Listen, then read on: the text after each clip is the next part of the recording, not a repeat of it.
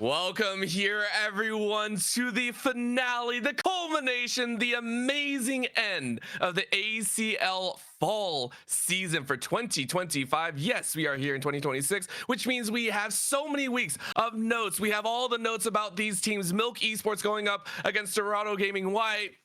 Screw that, I don't know. We are in a new season with under 2 days of play under your belt, and I'm excited to see what goes down. My name is Orbital. With me is Bach, and we will be your desk for this matchup. Bach, how you doing today? I'm doing great. Been a very productive day, and I'm excited to see some high-quality League of Legends here.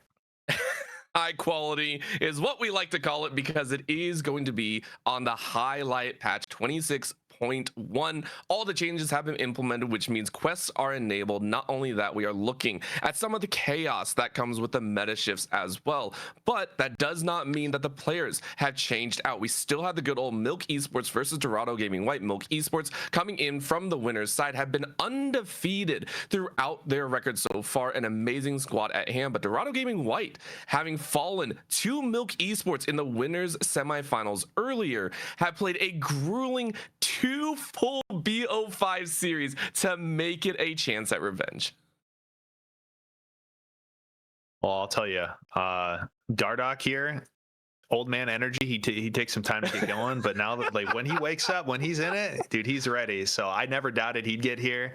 I just got done actually working with the Dorado AVL roster because in the NACL offseason, I basically do dude, I don't want to say make a wish coaching, but it's I just try and help. I help AML, I help even some ADL, some AVL, just Titan Immortal, just anything to help players. So, I mean, I'm not biased here, but I do got to say, shout outs to Dorado, but also the boys on Milk. This is truly a matchup for the ages, and these are my boys. Yeah, I mean, for Milk Esports, it's not just the fact that they have so many notable players. The entire matchup will be very notable across this Bo5. But for Milk Esports, it's a little bit more than that. They are looking at back-to-back championships here for the ACL, which would be great for their organization, saying, hey, we got the top of the top. For Dorado Gaming White, though, as you said, always looking to improve. It's a very nice thing to watch for. And for me, it's always something to enjoy watching a team basically climb back up, kind of beat their demons from the past, and that's what makes me very, very excited. Taking a look at some of these players, as you mentioned before, not only for Dardock's side, but we got Kai, we got Aljun, Sushi, and Bounty rounding things out. You can go ahead. Dorado Gaming White, of course, running with Ariana. We got oh yes, sorry. Looking at that is Dorado Gaming White taking a chance here at this grand finals. Yeah, I mean, personally, ooh, yeah, go ahead. I want to come in and just give shout outs to the two top laners, Kay and Ariana here. I think are both excellent players who are on the come up. I'm glad that they're getting their shot in ACL as well as NACL. I think they're good dudes, and I think just having Josh as a experienced leader on the roster just gives the team a leg up. This is basically 3.5 rookies or newer players and then 1 veteran to guide the way. So Sushi, big eyes on him too. I think he's got a lot of talent, a lot of skill. Not too familiar with Bounty though, personally. So hoping to see some epic gameplay from him. Maybe not Rengar epic, but epic nonetheless. On the flip side, we are looking for Milk Esports. We got Hoarder, Kizno, 5 Mini, Levitate, and Manui. All these players, well-known names there. 5 Mini, obviously finding another home and yet another squad. But Bach, another set of awesome players that are hopefully showing us their stuff and continuing their run of dominance here in the ACL playoffs.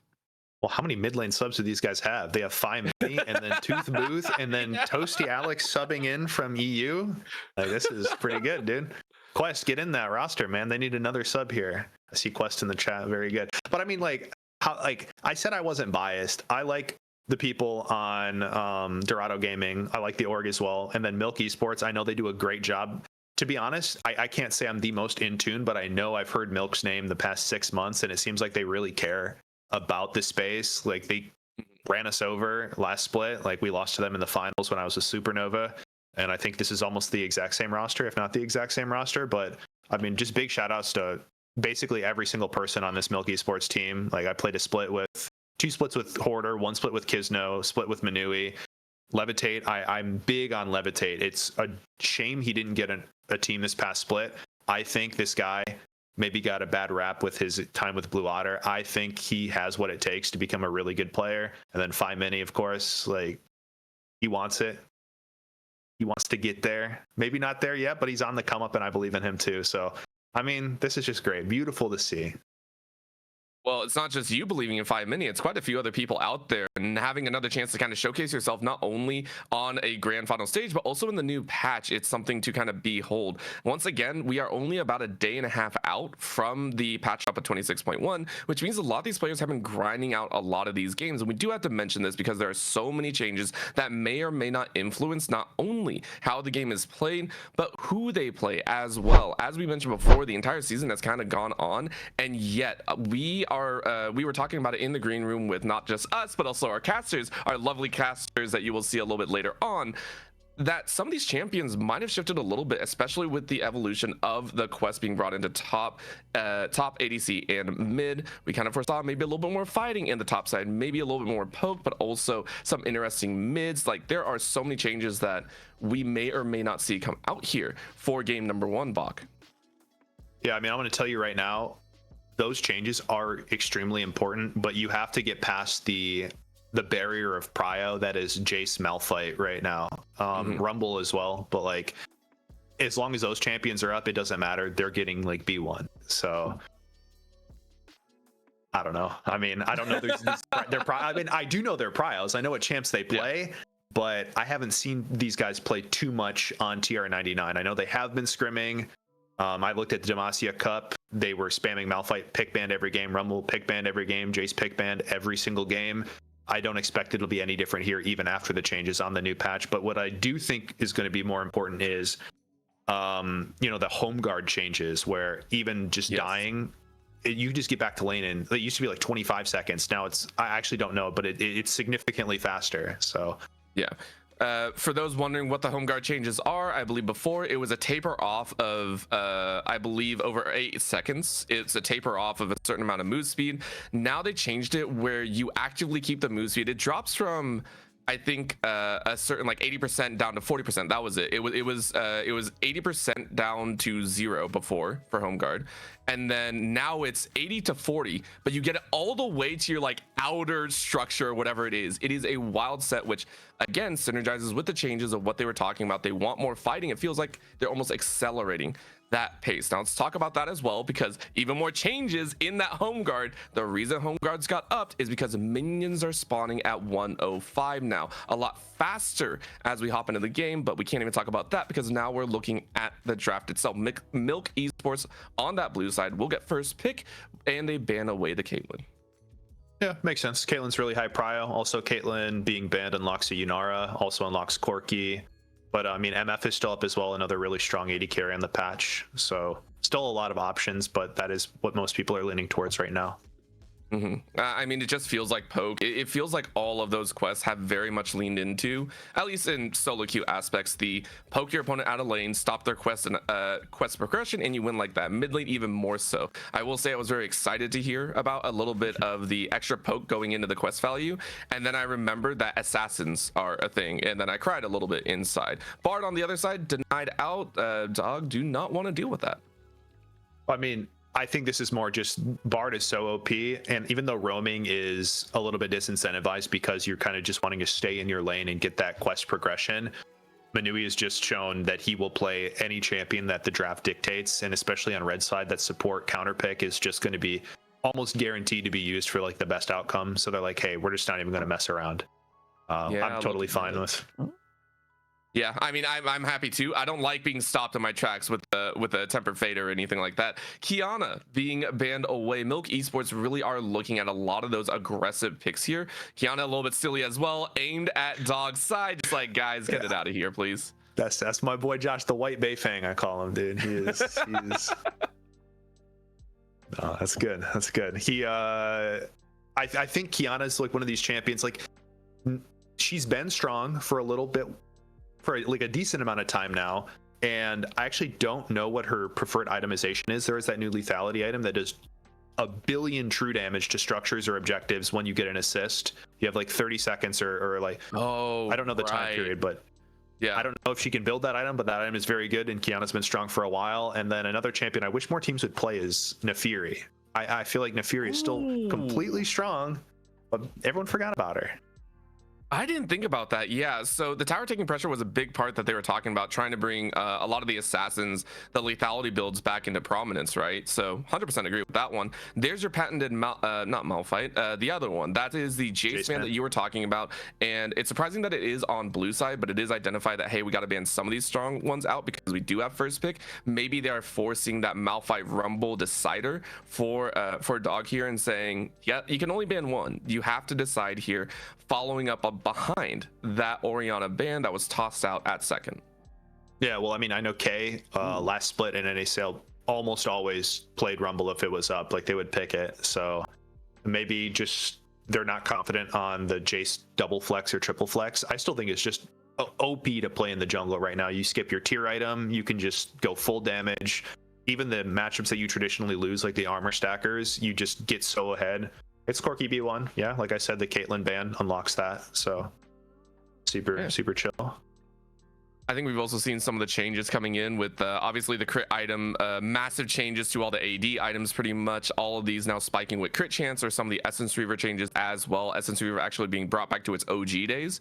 And I believe there was you were mentioning this before, there was actually a B patch that dropped a little bit ago that was interesting to kind of read, where they're already focusing and saying, hey, we can't really deal with that at the end of the day. Of course, second on the other side for Dorado Gaming White, you pick up Dardox, one of their favorite champions. It is going to be that Wukong in that jungle position. I mean, what a staple pick. I wouldn't be surprised if they slammed the Rumble here. Or I guess maybe taking just a Talia or something to pair with it now that Ori is gone. The Smolder, this is a bit unreal. What do you think of the Smolder? This is a pick of all time, is what I heard in your voice right there. That was a pick of all time. I will say I'm okay with it. I do feel with the introduction, I feel like maybe a lot of people think this, with the introduction of quests, it is funneled a little bit more towards farming. I mean, they even said it, get a little bit more time. And with Smolder being this champion that already stacks, if you get, the full 6 item slots, hey, you're a powerhouse. Now, will you get there? Don't ask me on that one. I do agree, if the Rumble is so high prio for them as well, leaving it open may be their crux. And keep in mind, we are still doing Fearless, so leaving that open does get the opportunity for a powerhouse for Milk Esports. But Milk have actually opted to go instead with the Mbessa, recognizing that Smolder will have to be the target. You reach through that backline, you get that execution, and you take that Smolder out. I like that call from Milk Esports, paired with that Nami. With the Corki, unless that Corki is going mid, Nami signaling extra enhanced auto attacks. That's interesting, because I was actually talking to somebody. I know that a lot of picks have happened. We see Nami and Mbessa, but I was talking to somebody about how the Essence Reaver changes aren't the best on Smolder because of how they switch the damage from, what is it, the Spellblade damage. It was base AD to now, I think it's bonus. And Smolder kind of prefers. It's not crit, right? It's just bonus. Yeah, it's after using an ability, your next attack deals 125% plus 50 times crit chance. Yeah, it's the it is crit chance damage in there. Oh, okay. I forgot about all that. Yeah, and so somebody was telling me that Smolder doesn't exactly like that, and I just like seeing that high prio on Smolder is a little unreal. And there's, 5 minis. No, not 5 minis. Like 5 minis as you're getting taken away from him. Yeah. Hey, we like it. We like it. And that's also why these picks are so important, right? When it comes to Fearless, even though we have some of these weird structures, these new changes, the patches, it still comes down. If you like the champion, you want to play it. It's not going to be given over to Milk Esports. I like that call. Now you take a look at a lot more of the other mid lane champions, the Ziggs being banned out here for Dorado Gaming White. For Milk, it's an identification of the bot side saying the support role needs to be locked down. You were mentioning this before as well with red side, with that ability to counterpick in the support role. You have to keep that Nami safe, and with a lot of the new items for engaged champions, that Nautilus was a high prior up there. Viego tossed over to the Vi as that last ban for Dorado Gaming White. Yeah, I mean, I guess like Manui could just pick like a Rakan here or something, just something to follow up with the Wukong. But you also mentioned something before, like the phase 2 bans, where it was like there's more like the emphasis is on scaling, but with Baron getting moved up to 20 minutes, it's kind of like you really don't want to give that Baron. And Smolder traditionally comes online with his stacks around that 20 to 22 minute range. So it might be a little bit hard if, you know, you have scaling Azir, scaling Smolder. Who's going to bridge that early mid game with their top side here? I mean, it's a chance. We've talked about some of the dogfighting that can go down here. And for Dorado Gaming White, they saw the Karma ban out. It leaves one of the best engagers in the game in that Leona. You lock that in. It's now a combination, a two-piece with the Wukong. This is a standard engage battery that we like seeing in just about any composition. Yeah, and I think they're thinking the Mbessa could be jungle or top here. So they're just saving that top for R5 Dorado is, and I mean, I don't blame them because they need that counter pick. Yes, give me that Akali, baby. Let's go. And Aljun, or 5 Mini enjoyer as well. But I mean, again, sorry, new changes, new items to a lot of the on-hit champions. I looked at it and I said Akali could benefit quite a bit with these. Sure, this is a notoriously solid matchup mid lane. There's not a lot of guaranteed CC for the Akali, like Wukong are obviously, and then Leona kind of has to fish, right? But I mean, Renekton R5 chat saying it right now might be pretty decent, especially if it's Mbessa top. Also gives them that CC in that early game to guarantee some sort of prio, but it's question marks, man. At the same time, we're all just like kind of looking at this, and it is going to be Mbessa top side. The Xin Zhao coming out in that jungle position, another staple inside, a stable one. But this is where we're focused. Bach, you and I, we're talking. Are we going to see the Renekton? R5 Renekton would be big. Or Jax. Are they? You know? Yeah. Are they going to grab it though? Is the question. It is. It is Renekton. Hey, psychic from R3 is what I just heard right there. Psychic from R3 is good.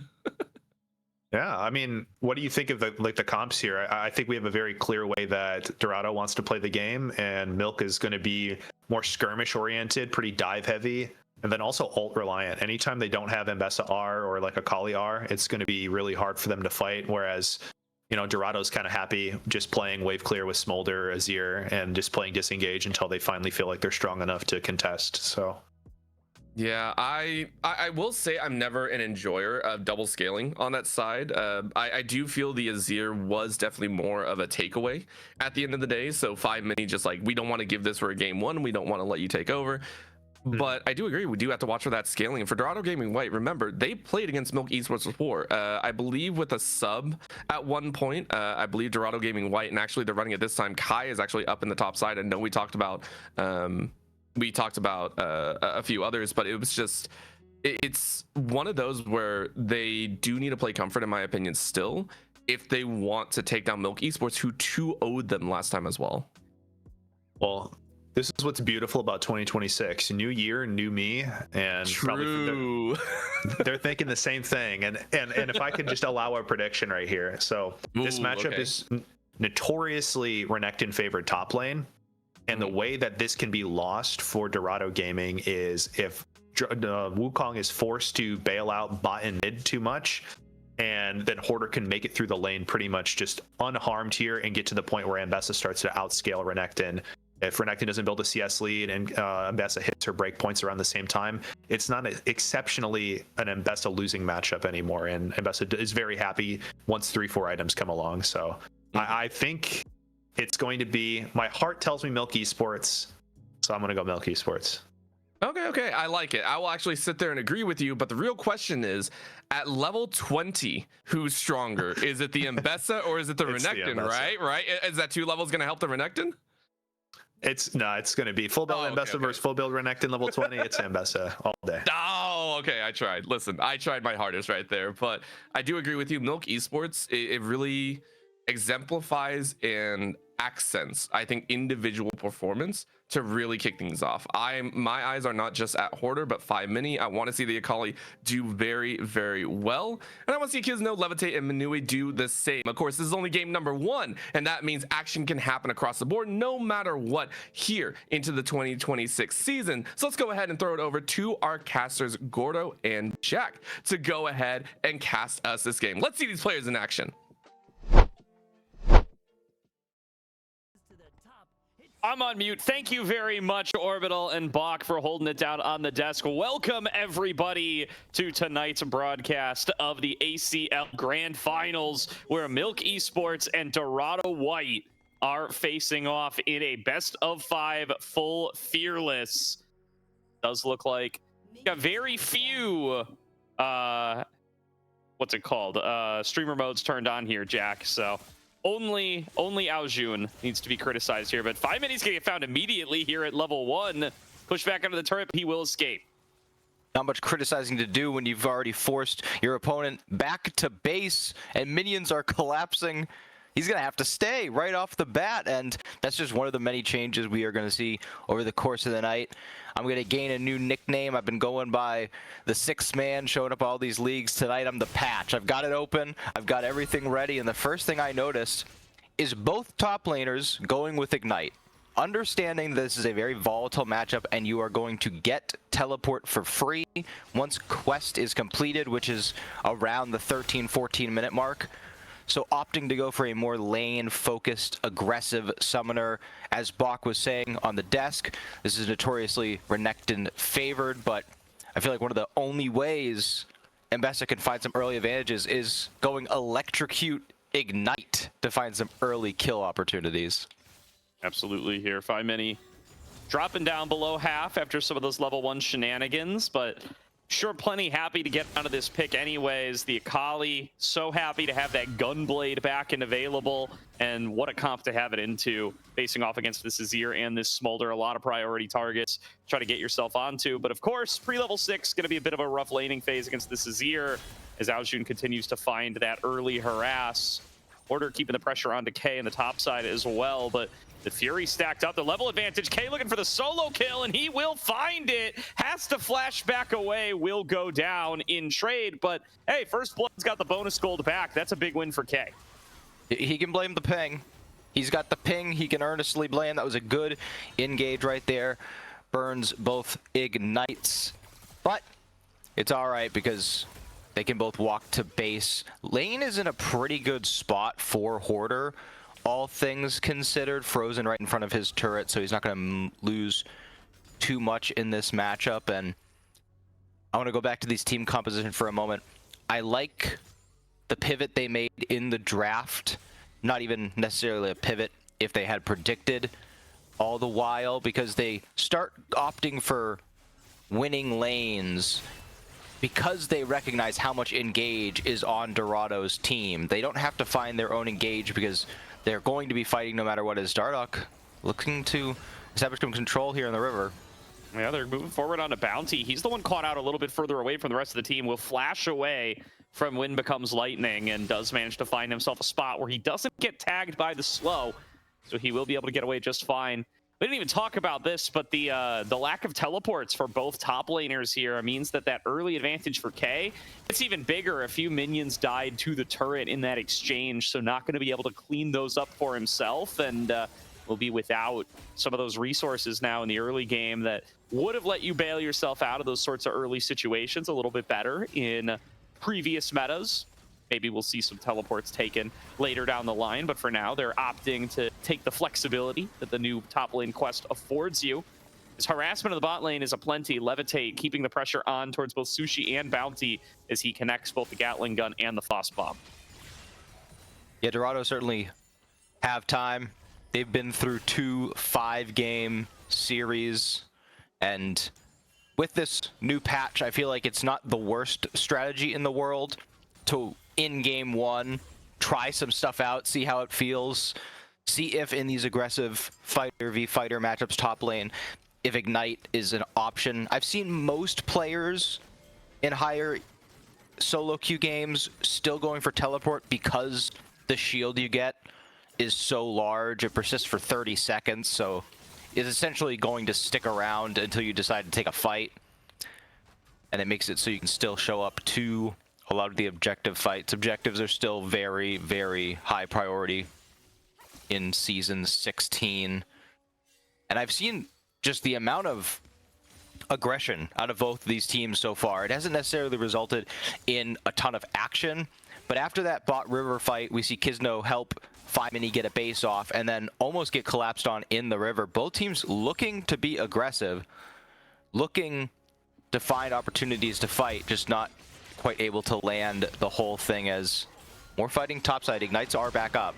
Yeah, Hoarder going to be forced to flash there. K's just got the level advantage from having not been denied those minions back in the earlier trade. So he's going to wipe out another wave, and he's going to look to threaten on towards this tower here. The Crystal's going to help him do the turret damage, and he's just going to get the solo kill once again onto Hoarder. Fight bringing out in bottom lane. Now great call out on the bubble from Manui, going to stop Sushi in his tracks and allow Levitate to flash back away and hold on to his life. Now Kizno arrives to make this a 3-on-3. Bounty going to be the first target, but Kizno getting hit by all three members. Bounty keeps the fight going, will drop down, but Dardoch makes it a trade. Levitate's up too far. Sushi gets a kill as well, and Dorado make it a 2-for-1. There's a huge turnaround for Dorado, and they're not done yet.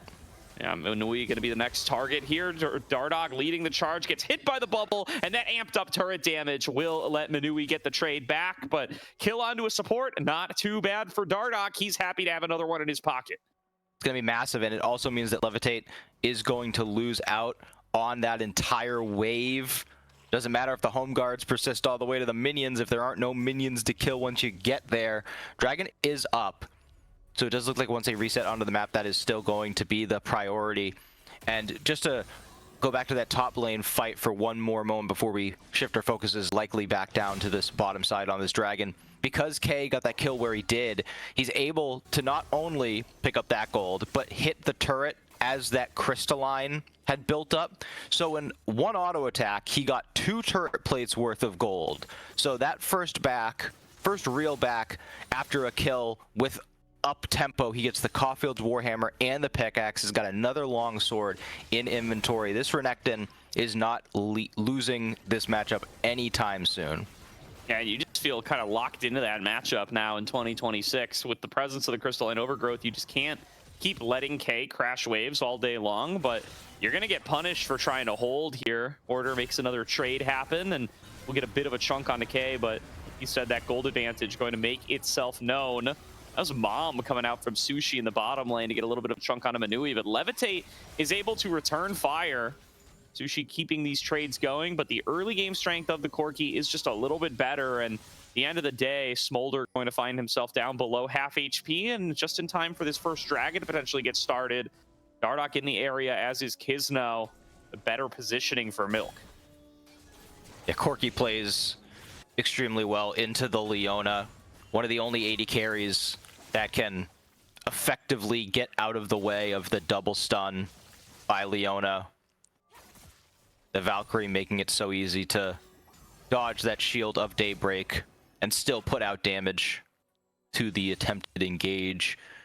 And in this bot lane, Leona also having that aggressive summoner spell in the Ignite.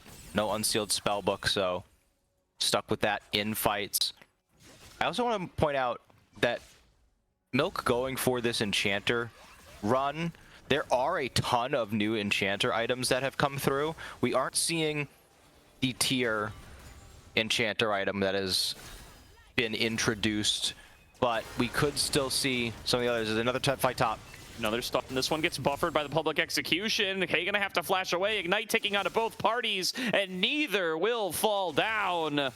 Flash blown from K. Good job by Hoarder to stay alive in the engagement, but he's forced out of lane either way. K, with a superior ability to sustain himself up, going to be able to crash another wave, going to be able to keep working on this turret, claim himself more plate gold, and build up an even bigger lead. My man's almost up 40 CS.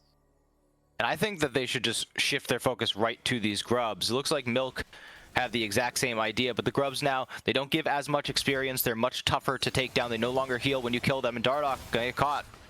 Yeah, found there. 5 Mini going to be able to land the shuriken flip, chases it ever further, goes in for the public execution, or the perfect execution, rather, and will find that kill. It goes on over to Manui, and now he's going to pull Bounty out of position. 5 Mini, a clever idea, but it's just going to cost him his life because Ao Jun is just waiting there to collapse onto him. That kill goes over to Bounty, so somehow both mid laners secure kills, but they end up getting picked up by the supports. Gordo, what is it about games that you and I cast where the supports just get all of the kills? And in this instance, Manui is going to have the ability to do a lot with that gold. Like I mentioned, there's a lot of new support items. Kizno doing a great job finally coming up to this top lane to bail out Hoarder, get him a back where he doesn't have to worry about all of his turret plates being taken by Mini. Going to utilize that teleport to get back to lane. I think you already saw the Akali damage coming out strong in that last fight. We do have our first new item completed, Bandle Pipes. It's a tank support item, and when you slow or immobilize an enemy champion, all your nearby teammates will get movement speed and attack speed. So very good for the Smolder, especially for like champs like Azir, Wukong, mostly Wukong, who aren't getting attack speed from many sources. Having that in these team fights, I think Bandle Pipes, as a tank support lover, as we see a pause coming in, as a big tank support lover, having a new item, I really am happy for that ecosystem. Yeah, and listen, as someone who's been around the block many times, I've been in this game for 16 years now. I just know it's going to get abused by some top laners. My current main candidate is going to be Udyr. I bet Udyr is going to love that item. He's going to have a whole bunch of fun playing Phoenix stance top lane full tank Udyr, speeding up all of his teammates. It's going to be miserable. That said, giving over all of those extra stats to your teammates is certainly a very powerful effect to have. And I think it's not the first of the new items we're going to see either, right? Mini on this Akali working towards that Hextech Gunblade. Akali loves to be able to get a little bit of Omni-Vamp back in the kit, loves to get that targeted slow back in the kit. Just makes it way easier to line up your Shuriken flip. It's super good, and being able to find both short and long trades. So sure, he's going to be working his way on towards that item spike, and definitely going to need some big assassination potential when you're facing down that giant Renekton. Somebody's going to need to be able to stop Smolder and Azir from running amok. We might actually also see Endless Hunger. Its build path is consistent with what Renekton is going for here, the Caulfields and the pickaxe. The extra longsword tells me it might not be that, but it makes sense with where K is right now, having a ton of tenacity, Omni-Vamp, extra ability haste. Like, that would make him unstoppable in these early team fights, especially considering not as much itemization on the map yet, so not as much damage. He doesn't need to go as healthy right now, can afford to be this assassin crocodile who can just spam all of his buttons. But we're going to have to wait until the game kind of breaks open. We don't have any quest completions yet. Like I said, we're about 2 to 3 minutes away from those popping, and it's achieved its goal, which is less about the buffs the quests give you, since everyone gets it, and more about just keeping people in their lanes. Yeah, definitely is here. I heard a player reconnecting there. I'm hearing that Sushi had a bit of a power outage, so we'll get that man back on into the game here before too long. And now I hear champions attacking each other and moving around, so I think we maybe have that very nearly dealt with, and we'll be able to get into the game before too long. Yep, here we are. And, you know, even though it's 2026, we still do have additional freezes after pauses. Some features will never change. We did get a new spectator, quote-unquote, feature, which was 6 players on one team. True. So I would love to see how, like, power plays work, if that ever gets that. You know, they're adding the first selection. Maybe we get strategic forced power plays. Someone has to wait in base for a while, but that's next season potential. We're still on this season, and Essence Reaver completed for Corki now. Yeah, to be honest, you're joking about that. And hang on, let's take a quick pause here, because Levitate might be getting into a fight. Bounty going to flash forward, but it might be too much for him. Immediately knocked up by Kizno. Dardoch going to go for the delayed invade, or the delayed engage, rather, but the rest of the team already fallen down around him. No more Bounty. Sushi low on mana and low on health. Dardoch falls as well. Levitate gonna finish off Sushi, and a quick 3-0 to Milk on the bottom side. I mean, just a huge advantage fight for Milk Esports. Bounty walks too far forward, gets picked off right away. I know what Dardoch's thinking. He's trying to salvage it as much as he can, but the Smolder's just not there yet. Didn't have Essence Reaver completed. The Leona's not tanky enough. The Wukong is already kind of in an even spot, and Sushi's forced so far back. Azir can't get there, as K is just going to kill Hoarder under turret real quick, and then probably going to take that entire turret down. Very nicely done by Kay, who is just running away with this top lane. And this is fresh off a series on Monday where he really struggled against Tenacity across the night. So what a bounce back series from Kay, at least so far. 12 minutes into game number 1. He's really taken the fight to Hoarder. And first turret, now that there are no longer feats of strength in the game, first turret actually gives a gold advantage. So extra 150 gold, not like he needed it or anything. He's already got that eclipse completed, working towards his boots. Levitate getting to lane alone. TP is coming in. They should be able to get this shutdown. Yeah, they're looking to finish off Levitate, although Levitate already having cleared out the wave, dodges away from Mom, gets hit by the solar flare, and Kay will show up to finish him off. They do get the trade back onto Bounty, so Levitate puts a little bit of cash back into his own pockets, but now they're going to start working on this tower, and these things can get quite easy to destroy. Should get at least 2 plates, maybe even a little bit more if Manui isn't enough to push them back, but they are going to decide to take their recall timer here. And 5 Mini will move down. Looks like Kisno is in the area mid to pick up any waves that get pushed in. Interested in the next item to come out for Corki here. That's Serrated Dirk in pocket. Levitate already this game has shown an extreme mastery of the champ. Leona really hasn't been able to do anything to get onto Levitate. But with that Serrated Dirk coming out, the Essence Reaver being your Sheen item and allowing you to stay on full mana pretty much permanently means that Corki can certainly be a bit more creative in the build paths. Obviously, we heard it on the desk. They were talking about Essence Reaver scaling with crit as flash forward from Kay. Okay, just looking for a solo kill onto another solo laner. This time it's 5 Mini eating the dust. And it will be another kill going on over to this Renekton, running away with the game. Levitate about to get soloed out by Dardock. And Dorado White, despite some of these struggles in team fights, they are just running right back into the game. Manui taken to half HP by the second cast of Cyclone. K keeping on the pressure on the bottom side, and Dardock just still hunting onto Manui. Doesn't fear the damage output of Hoarder one bit. He will finish off that kill, but now he's in too deep, and Kisno will make the exchange. Just straight up ignoring Hoarder, moving right through them to get that other kill onto Manui. And it's clear that Dorado understands where their advantages are. Smolder needs to scale up. Azir doing their job, just farming, getting to their items. So stick with K, stick with this bottom lane. The Leona has so much in the kit that they can use. We see the quest has been completed in the mid lane for Akali, has those enchanted or enhanced Sork shoes. We have the completed quests in the top lanes as well for K, and with that advantage, it was level 13 to level 10 in the top lane. So as soon as K gets back to a lane, I think it will return to a 3-level advantage in the top side. As you see home cards just now running out, is Renekton going to be a massive problem. The one thing I'm really shocked to see in this game is the attention on objectives seems to have fallen greatly in terms of skirmishing becoming the new priority. Does look like we're going to have some priority on this Rift Herald.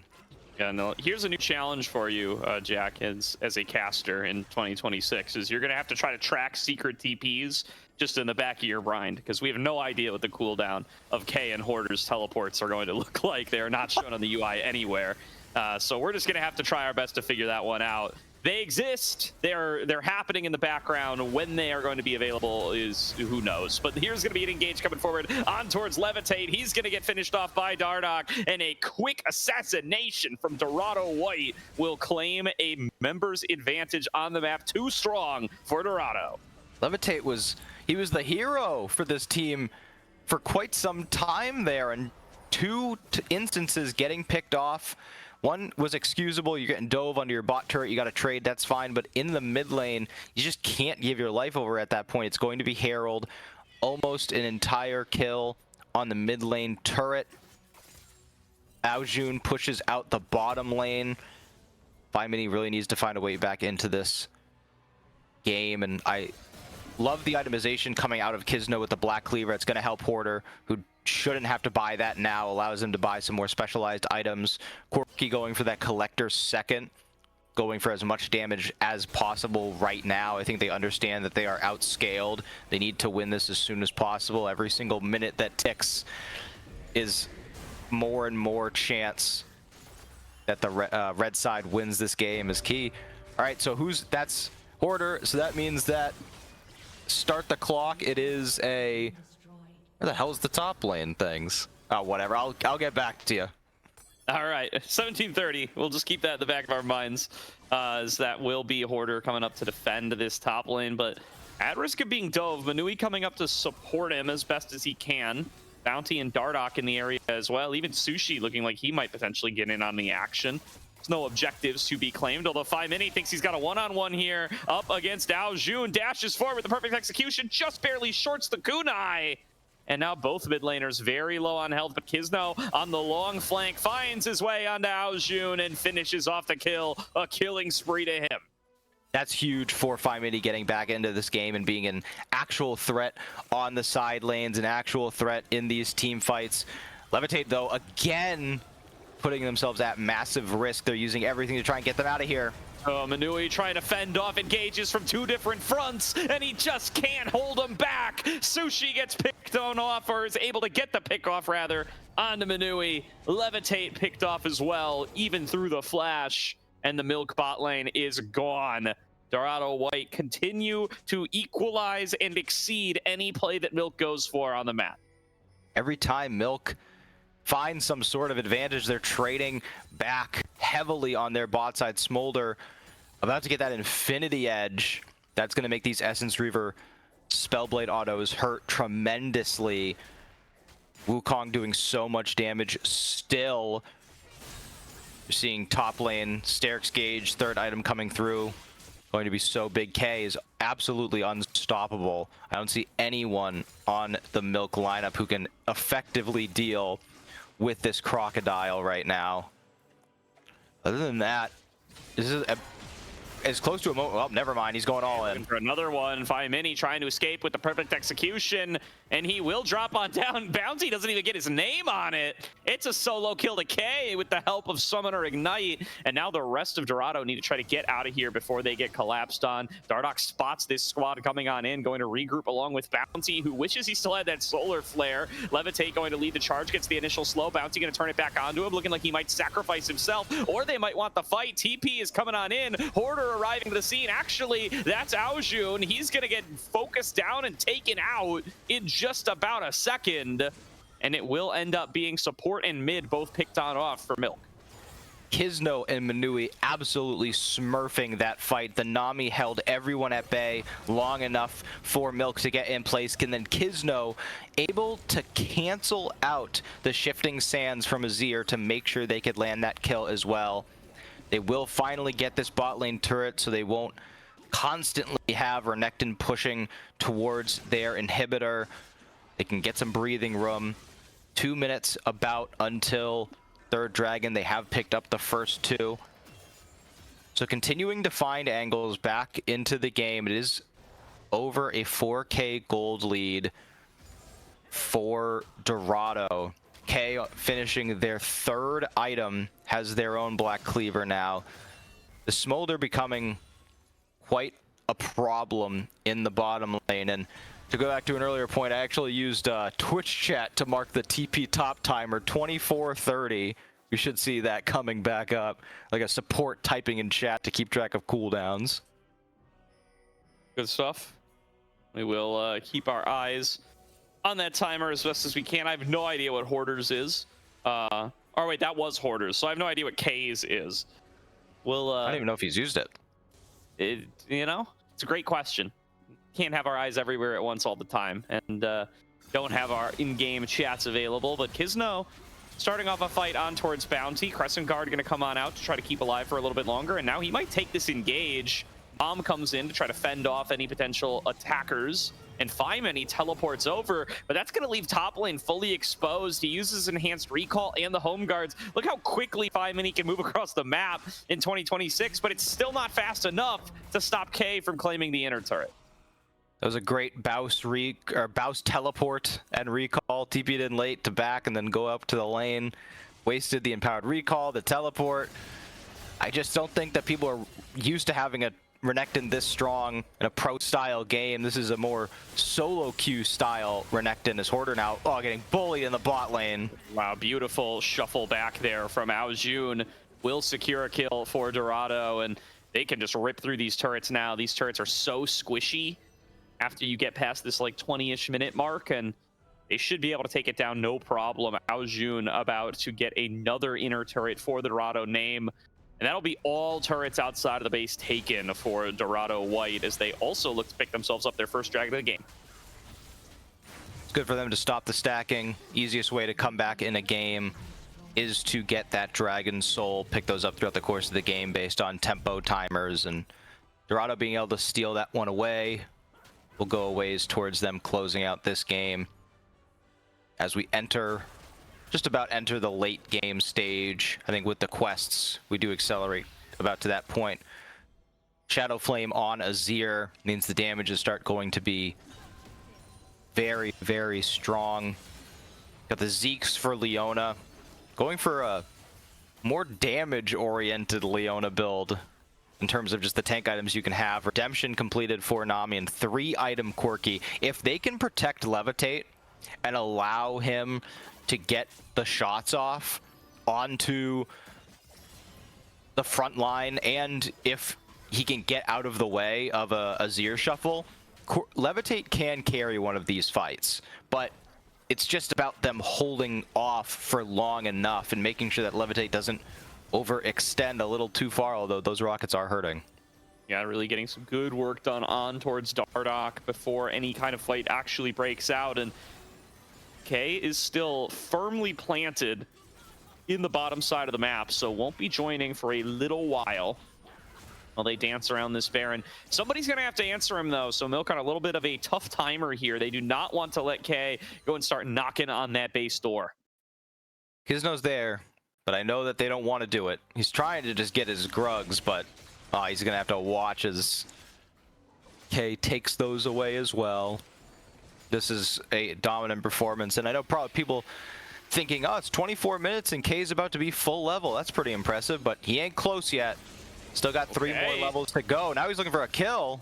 Happens upon Kisno. This guy's got a 3-level advantage, but he does know there's more members of Milk en route. He's going to try to turn it back, see if he can one-shot this jungler. Gets snagged by the public execution of Hoarder, and 4 members of Milk will collapse and curdle K. He's got nowhere to go, but the Dragon, or the Baron rather, has already been started up by Dorado White. 5mini, the only one in the area. They're calling over Levitate and Manui to see if they can get over here and disrupt this in time, but the Baron will be falling down to the side of Dorado. 5mini has shown himself, going to get engaged on, jumps into the stealth and will be able to escape for the time being with his life.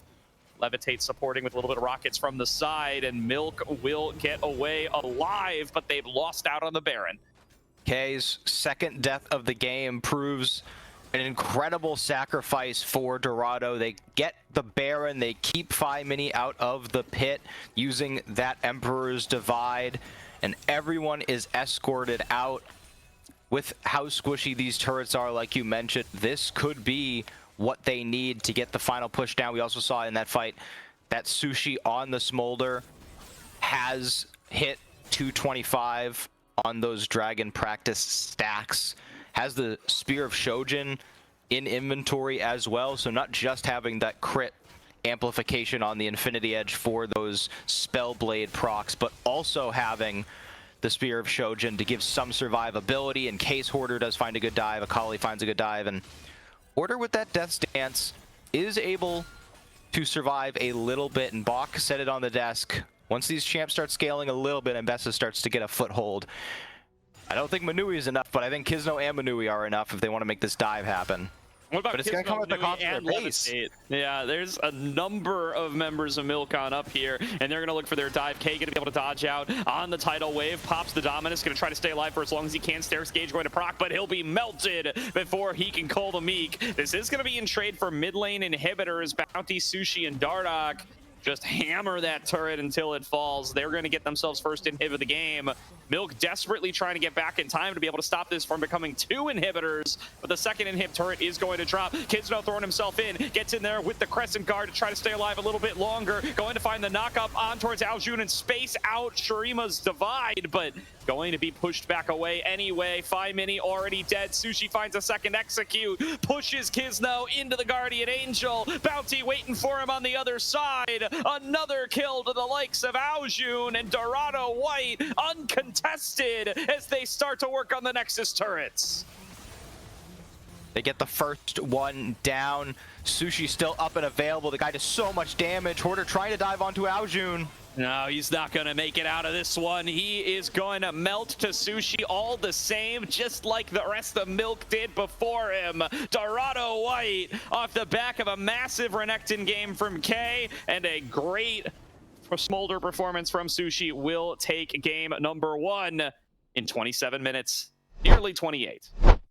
Doesn't matter the series, doesn't matter the season. Dorado have momentum on their side, coming off of 2 5-game series, picking up game 1 in a decisive fashion where it feels like the draft strategy worked. They executed it well. They didn't flinch when objectives weren't going their way. They lost all Void Grubs. They lost the first 2 Dragons, and they just held firm, held confident, played to their winning lanes. And with this being game 1, you know, pretty much everything still on the table. A lot of comfort still there. I mean, this is either going to be a quick night or a banger series. Yeah, and the big takeaway from me is how well K was able to play out this game number 1, right? He's playing on ping, at least to some degree. This is something we talked about in their matchup on Monday, and that's been true for them throughout the playoffs. And it felt like coming up against Tenacity, he really struggled in that one-on-one game after game after game. It was a full 5-game series, and he had very few good games, especially in the laning phase over the course of that series. He said as much to us in the post-match interview. He comes out swinging in tonight's series up against Milk and puts Hoarder well and truly behind. Really impressive stuff from him there, and want to see if he's going to be able to carry it through for the rest of the night. Now, we're going to throw it back to the desk very shortly, but first things first, I do want to give a shout out to Zen Market, your one-stop solution for buying products directly from Japan. They'll help you buy items from over 10,000 shops, as well as place bids on auctions on your behalf. They'll even consolidate all your items safely into one box and can ship internationally. They provide excellent customer service in 19 languages, which is why Zen Market is trusted by over 2 million users worldwide. Check out the panel below the stream or click the link in chat to try them out now. If you sign up with promo code Aegis, you'll get 1,000 yen off your first international shipping fee. And if you do decide to make a purchase, you can use code Aegis25 to get 25% off your first purchase. Thank you to Zen Market for supporting Aegis and the ACL. And we will be back with Bach and Orbital after one quick message. 全マーケットは迅速な発送ですぐにお届けします。ボクセット？大丈夫？でも直接来てくれたの？これって漫画みたいだったね。しかも今衣装着てるし、花でもあれば完璧なのに。完璧だよ。壊れ物だから自分で届けたかったんだ。あなたって完璧。ありがとう、全マーケット。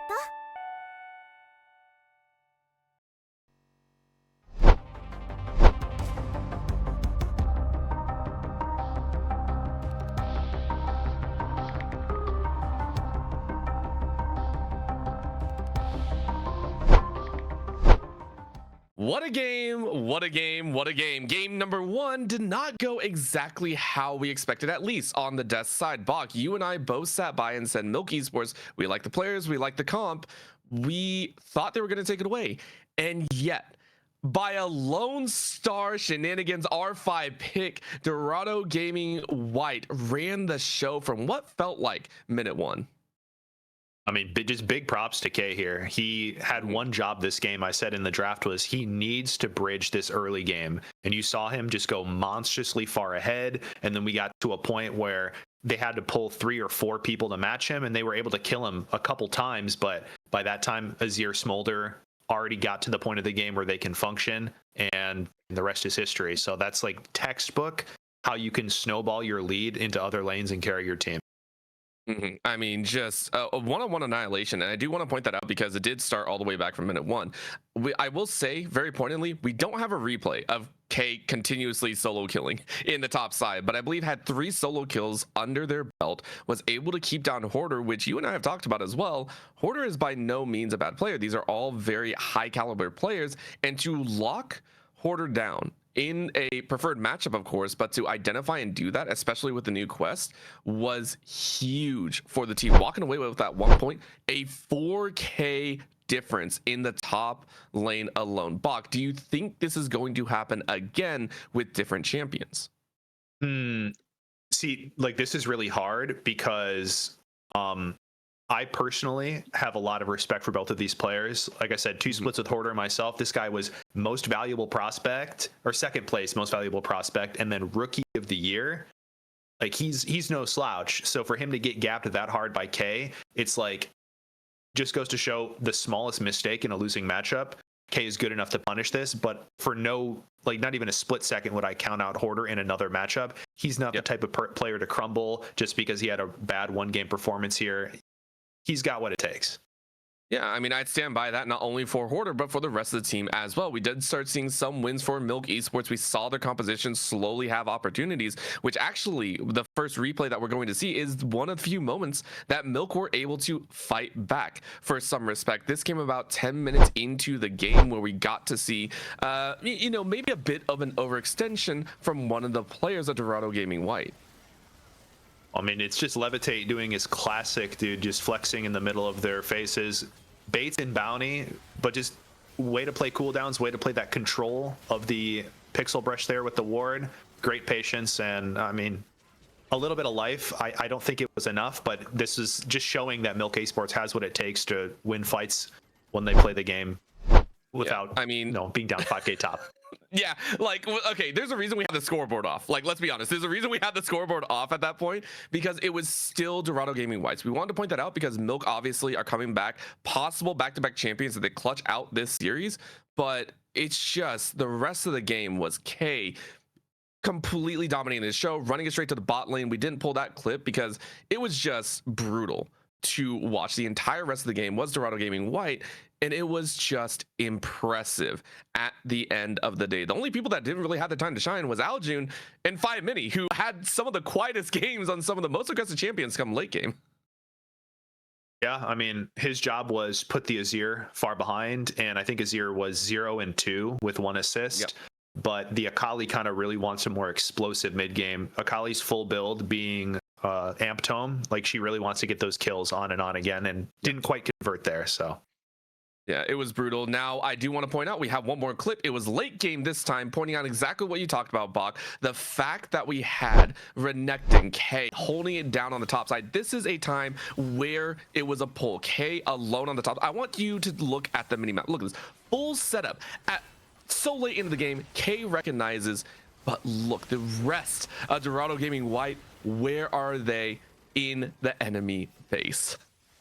yeah, I mean, this is great. Like I said, he's so strong that they're like, we have to send the entire Avengers Assemble to kill him.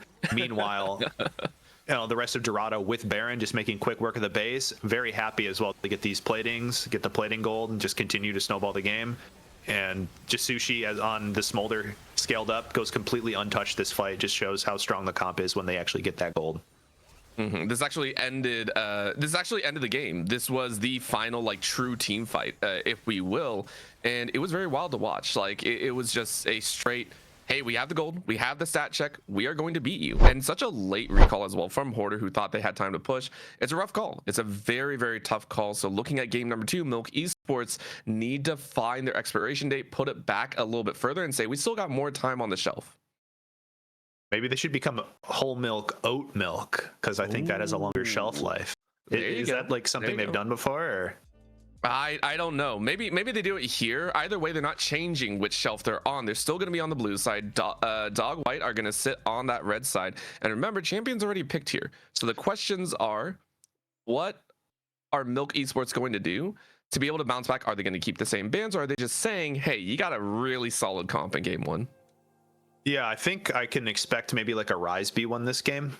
Oriana's also up as well. True. Super strong champion.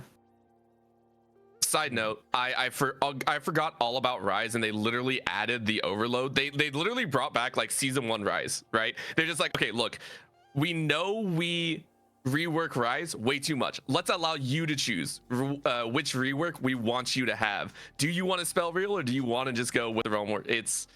I'm scared. Yeah, and I think Rise is really good as well. Like I'm following up, I'm agreeing with this. I was watching Toasty Alex's team, G2 Nord, scrim versus this team called French Flair, which is basically former LEC players. It's like Adam, Natty Nat, Sakin, Targamas, and I believe French Flair B1 the Rise. And so they have a lot of faith that this is a really strong champion on the patch. I was completely surprised to see that unpicked at all game 1, but maybe a B1 game 2. Yeah, I mean, stack all the mana items now. You can build more than one tier. Go 6 Archangels. I don't know. Don't do that. Please don't do that in any game. I will cry. Jay's still banned away, though. So far, still the same bans across the board. And identification by Milk saying these are still high prios that we don't even want to pick on our own side. And Dorado Gaming White saying, if you're not going to change anything, we're not going to change anything. It's fielding out to be a same 3 bans here at the start of game 2. Well, don't fix what ain't broken, right? Yeah. I'm wondering what that third is. So last time, what was it? It was the it was Jace 2. Third Malphite somewhere? Was there Malphite was untouched and unbanned, I believe. Same with the Rumble. I think that was posited. Because there were 2 of the power picks that you're talking about, right? This is me calling out both Josh and Kisno here. Drop the ego. Pick Malphite, dude. This champ is busted. Okay. Well, there's another power pick. I don't care. Yeah. Well, there's the other boring champ is a Scion. You mentioned before as well on the top side. Now that the Mbess is gone, a lot of these scalers can come into play. I mean, Hoarder plays a lot of Scion, but he also can play the Cassante very well. But he also likes the Gwen matchup too. So like this guy, like I said, Hoarder, bad performance game 1, complete faith game 2. He has a lot of champs left, and he can carry when given these champs. Oh, okay. We'll see it happen one way or another. We did get confirmation it was Kiana in game 1, so it was actually Caitlyn, Kiana, and Jace. That's why the Jace there looked a little bit interesting. So it's still within that same ban phase. Still though, with the Nico, the Orianna, and the Bard all taken away by Dorado Gaming White, saying we can't deal with that. There's that Rumble. You mentioned it, Bach. It's not the Malphite, but it is still this power pick. Explain to me why this is so powerful right now. Well, you can pretty much get push in most lanes, in most matchups. You can also cheat waves of tempo if the enemy, like last game, remember how they sent 4 people to dive Renekton under the tower? Rumble can press his R and delete the wave, and now you have to raw dive a champion under the tower, who also gets pretty tanky with like their boot upgrade. Oh, sorry, there's no boot upgrades. But usually gets a lot of HP too, you know? And also just great in team fights. I mean, this champ does it all. Yeah. That's fair. And also in the fact that you can bully out your lane opponent, you could almost have that same situation for Hoarder. But there it is, Bach. Listen, we got the whole 2026 draft coming out. It is Rise R1 for Dorado Gaming White, and we're going to see some scaling up there or in mid lane. I mean, that's another good thing about Rise too, is you can flex it. I think it's good top lane. If you get a good matchup, it's good mid lane.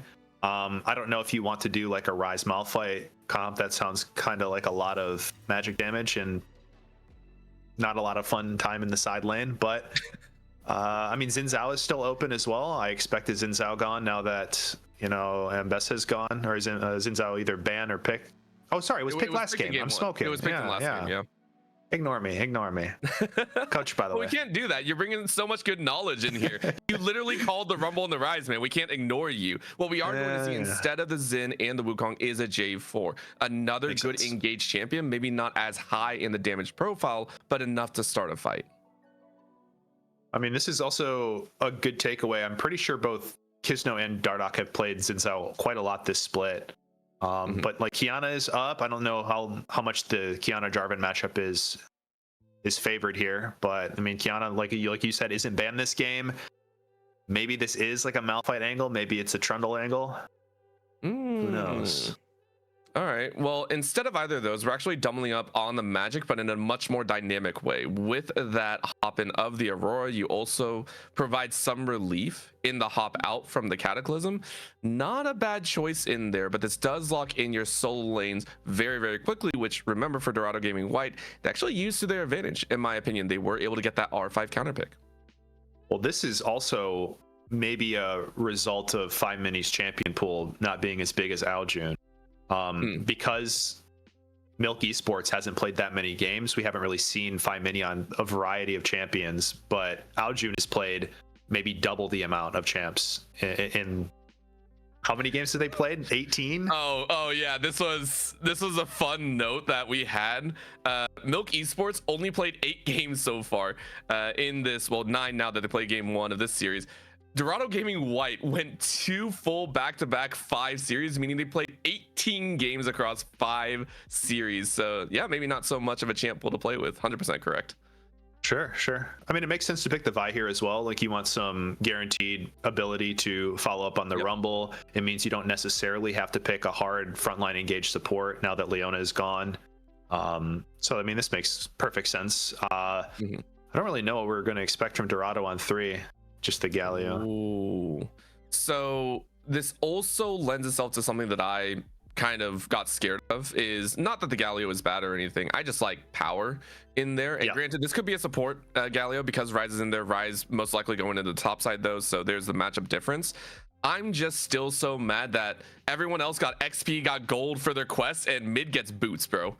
Like, come on. Yeah. All we get are boots. But a little bit I am just Galio with the team fight.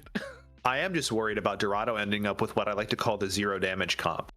Where you end up with like Jarvan all burst damage, and then you have Galio like at AP off tank, and Ryze, who can do a lot of damage but definitely struggles if the enemy team can set him behind.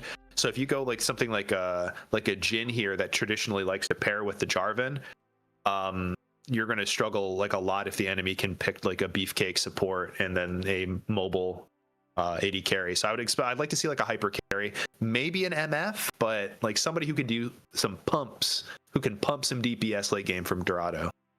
Well, at this point, you don't really have a choice but the Misfortune. That was a 5th ADC ban that crossed our path there. So it's a Tristana there in R4. That was Ezreal, that was Xayah, that was Kai'Sa, and that was Lucian. Add on the Tristana earlier, that is 7 full ADCs that will not be played. And so Milk Esports opt for the good old safety. Once again, this is leaning a little bit more into that late game, into maybe not so individualistic, but the Sivir Alistar being used as a catalyst to deny or engage on their own. Sure. And I mean, it's crazy that they just instantly slam that Sivir Alistar because I mean, Tristana fits the comp, right? Does a lot of damage, scales pretty well, follows up on that engage, but they instantly shut it down like they were expecting it. They're in Dorado's heads for sure. Well, it's in and locked in. Lulu is the last one. We got a little bit of Yordle action for this game. 3 out of the 8 joining us here on the Rift. For Bounty, it is the Lulu. For Sushi, it is that Tristana that we know. And it will be Galio versus the Rumble in the top side. 5 Mini on the Aurora going up against Aljun on that Ryze. I do want to say this is a matchup where, I mean, Rumble can get a little pressure early, and then Galio can back and kind of stack a lot of MR, and it becomes harder for Rumble to progress the game. But, I mean, I'd expect Hoarder to have a really solid time, at least early game in this matchup, assuming nothing goes wrong. And then it's going to be a lot about how Milk Esports can use their Vi ults effectively here. Can Five Mini find flanks on Aurora? Can Levitate make it to the scaling? Because he's the scaling this game. He's got that Sivir AoE late game. So I'm gonna guess. I'm gonna say Milk again. Like, I know, dude, I don't want to be proven wrong twice, but like, I believe they have the comp that can play the game much easier this time. Okay, I can agree with that one. I think anytime you see a Sivir Alistar, it's a very cut and dry style with the Rumble behind.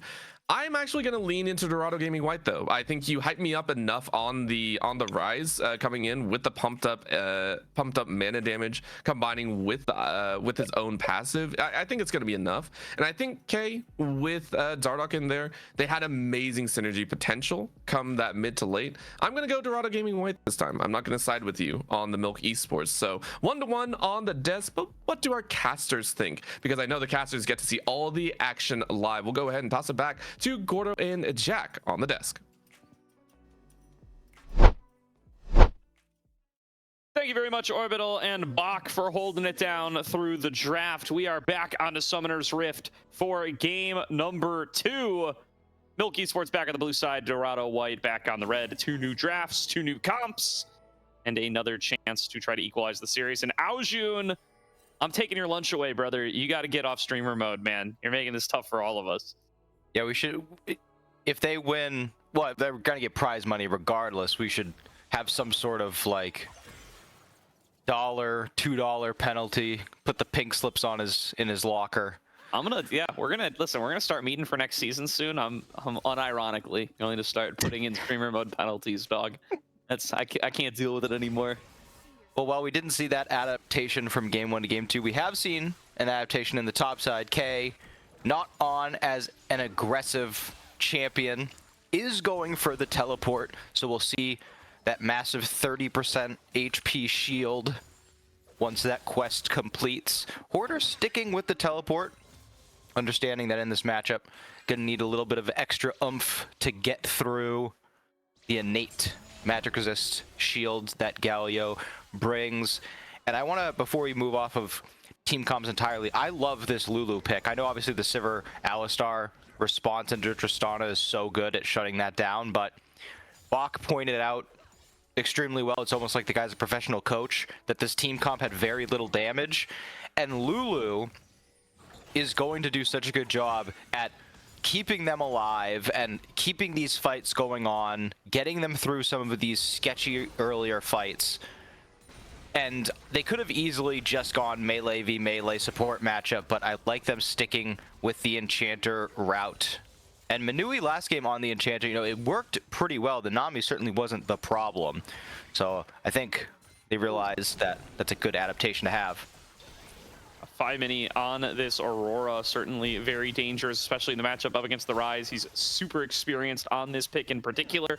Now you're going to have to play very carefully. Do also want to call out, we're going to get to see kind of the new choice that you make in top lane in regards to summoners, because K has taken teleport at its base, right? He has the default teleport that will now get upgraded by the quest, unlike Hoarder, who has Ignite and will receive an additional teleport separately from the traditional summoner spell system. So we'll see which of those feels stronger. K gonna have access to teleport a lot more frequently, and he'll get that bonus movement speed when he arrives. It's gonna be the big difference here. As Hoarder's already blown flash, and now he's getting ganked by Dardoch. He's going to drop down.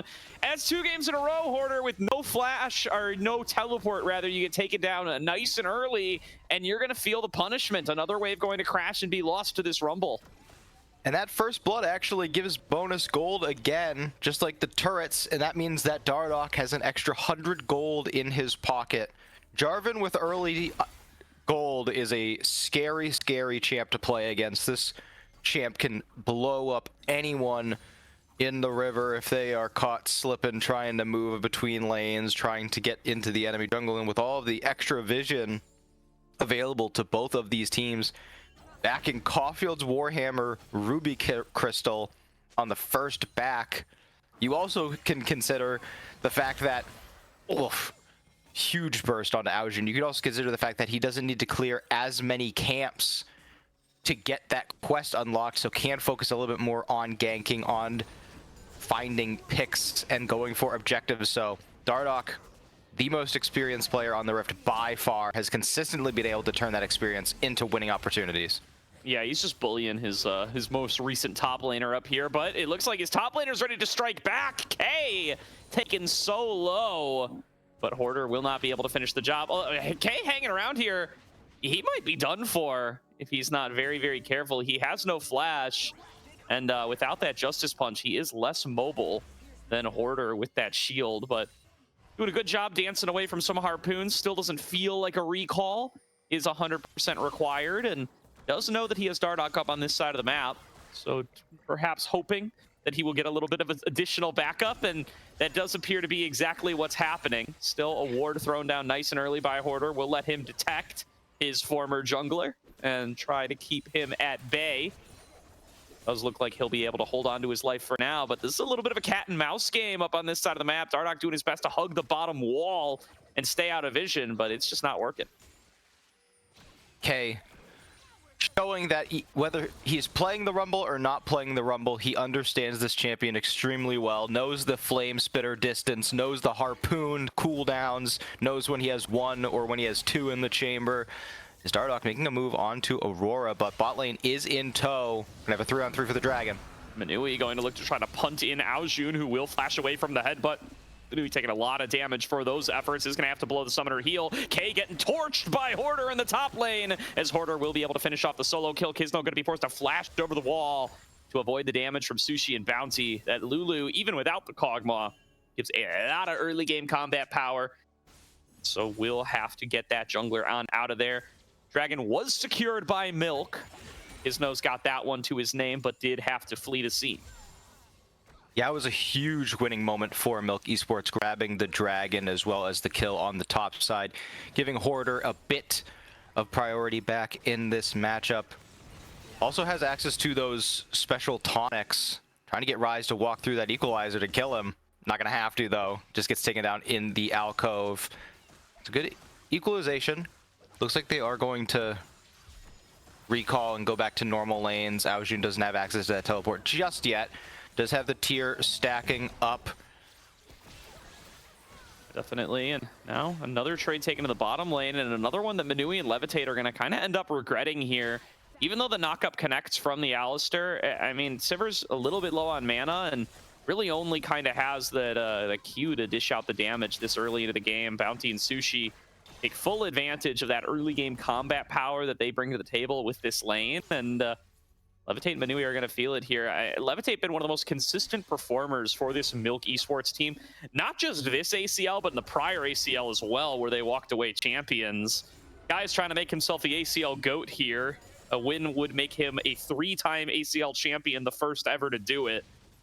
But for right now, he's going to just have to play on the back foot and try to scale up on this Sivir. I think that's always been the calling card of Levitate, is stability. I've never seen him really throw a game, always performing well. But at the same time, the carry hasn't always been there. But we talked about this last series when we were pointing out certain AD carries that like to play the more long-range zone style, and certain AD carries that like the carries. They want to go in, they want that burden on their shoulders to win the game. So when Levitate's on stuff like Corki, like Sivir, I feel like he's right in his comfort zone. Is going for the Essence Reaver build, which on Sivir is still quite good in the Spellblade form. You think how often W is proccing Navori Flicker Blades is very high prio in that instance as Manui going in.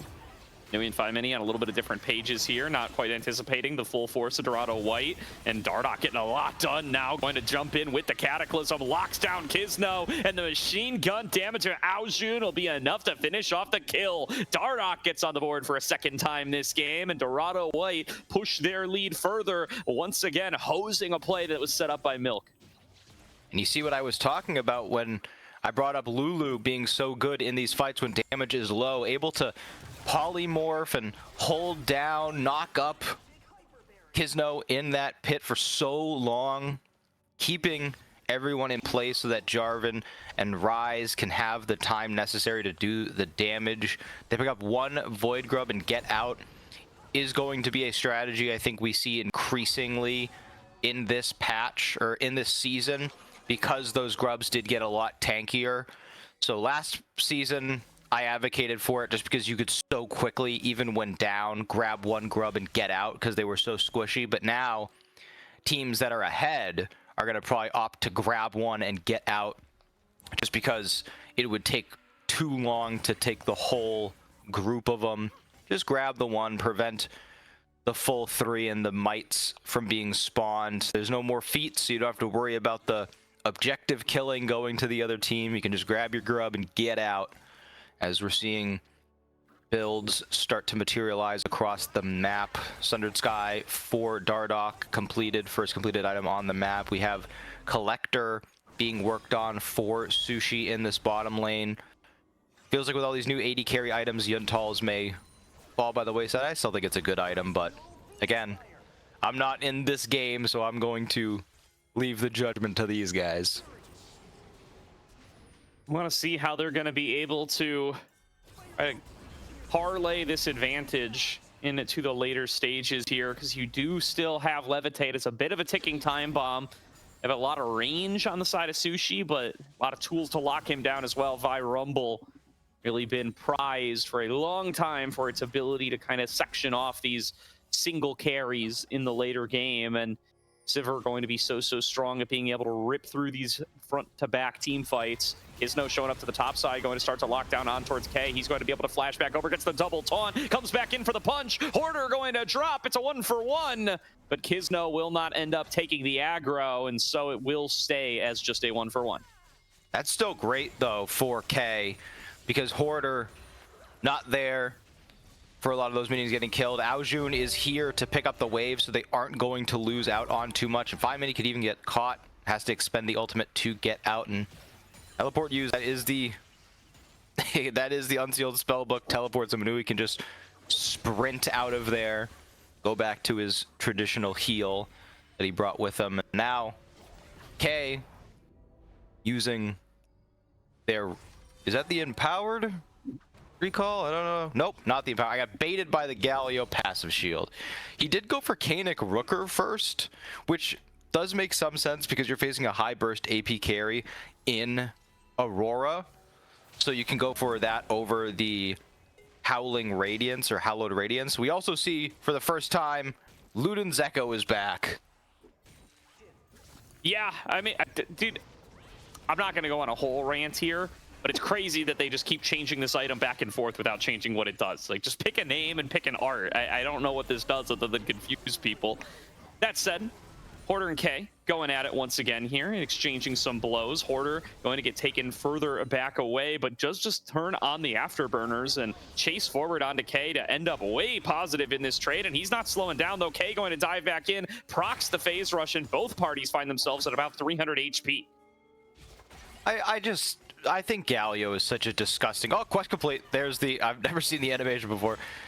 Never mind, forget my story about Galio. We've got Kisno getting dove in, going to just expend the flash. Now I just think this Galio champ is disgusting. He's got a Kanik Rooker versus a Leandry's Torment, and he's doing the same amount of damage into Ignite as the Rumble. This champion is just gross, and K showing off exactly why in this matchup. We do have items completed for both AD carries. Sivir already done with the Cull.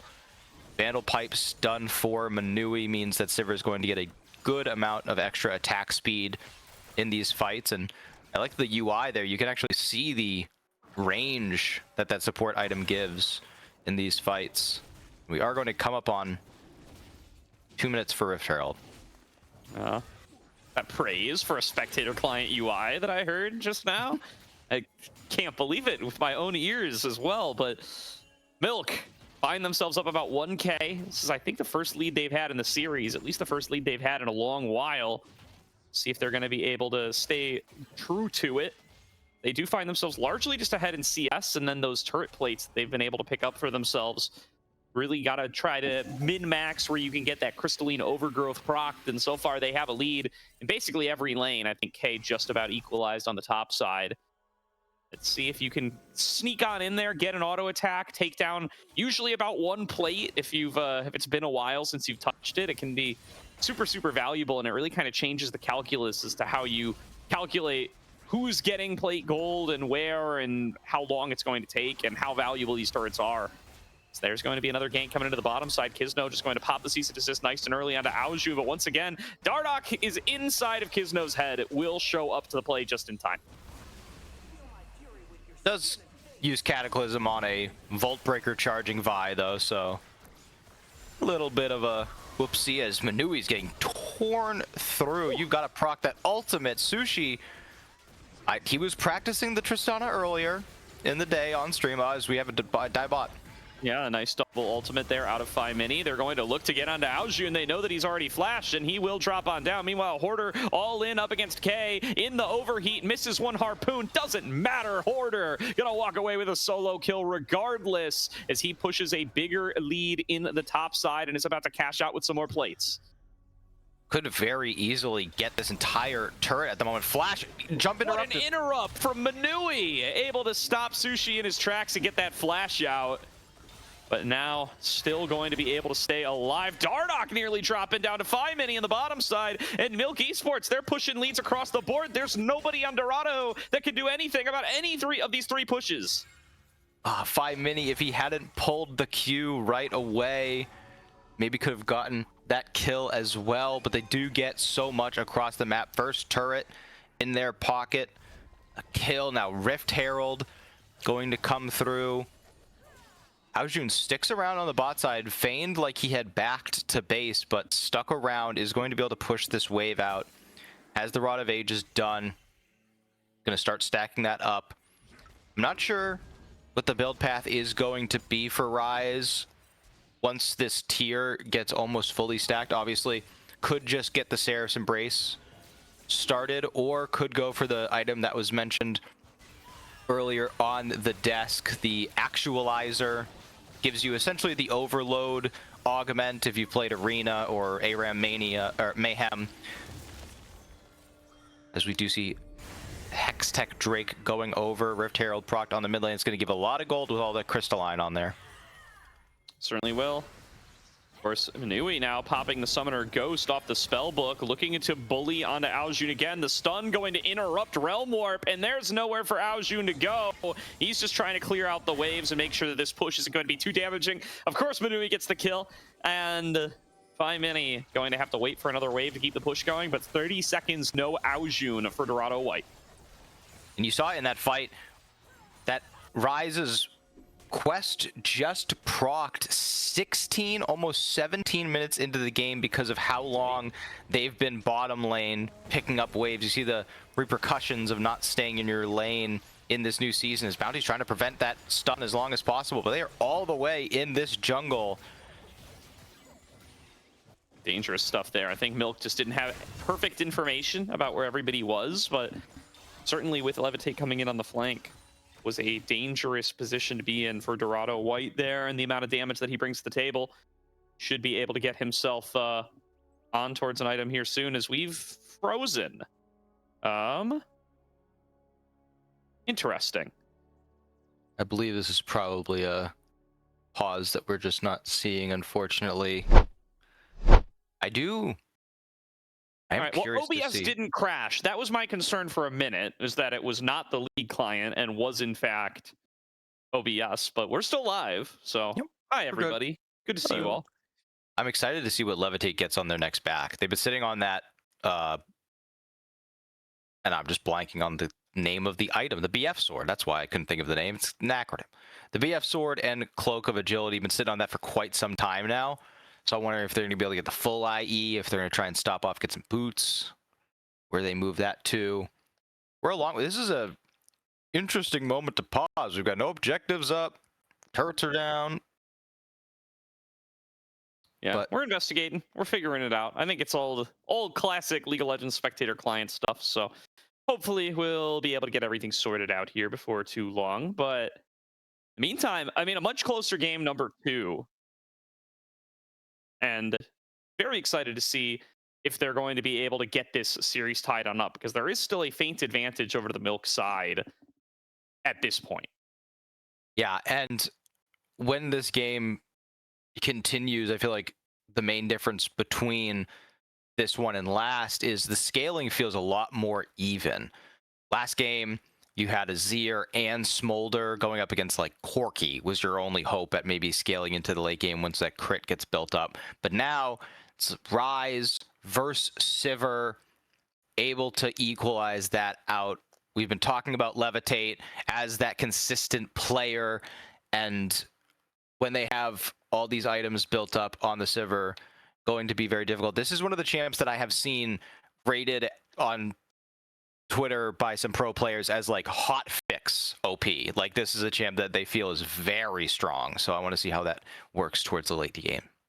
Yeah, I'm kind of in a similar boat about, I think there's a few top laners in that category too. But yeah, some of these late game hyper carry 80 carries are really, shot on up in priority from a very small sample size. And you can kind of see it in the series too, right? Like Sivir has been meta for a bit, but it feels like that priority is just a teeny bit higher.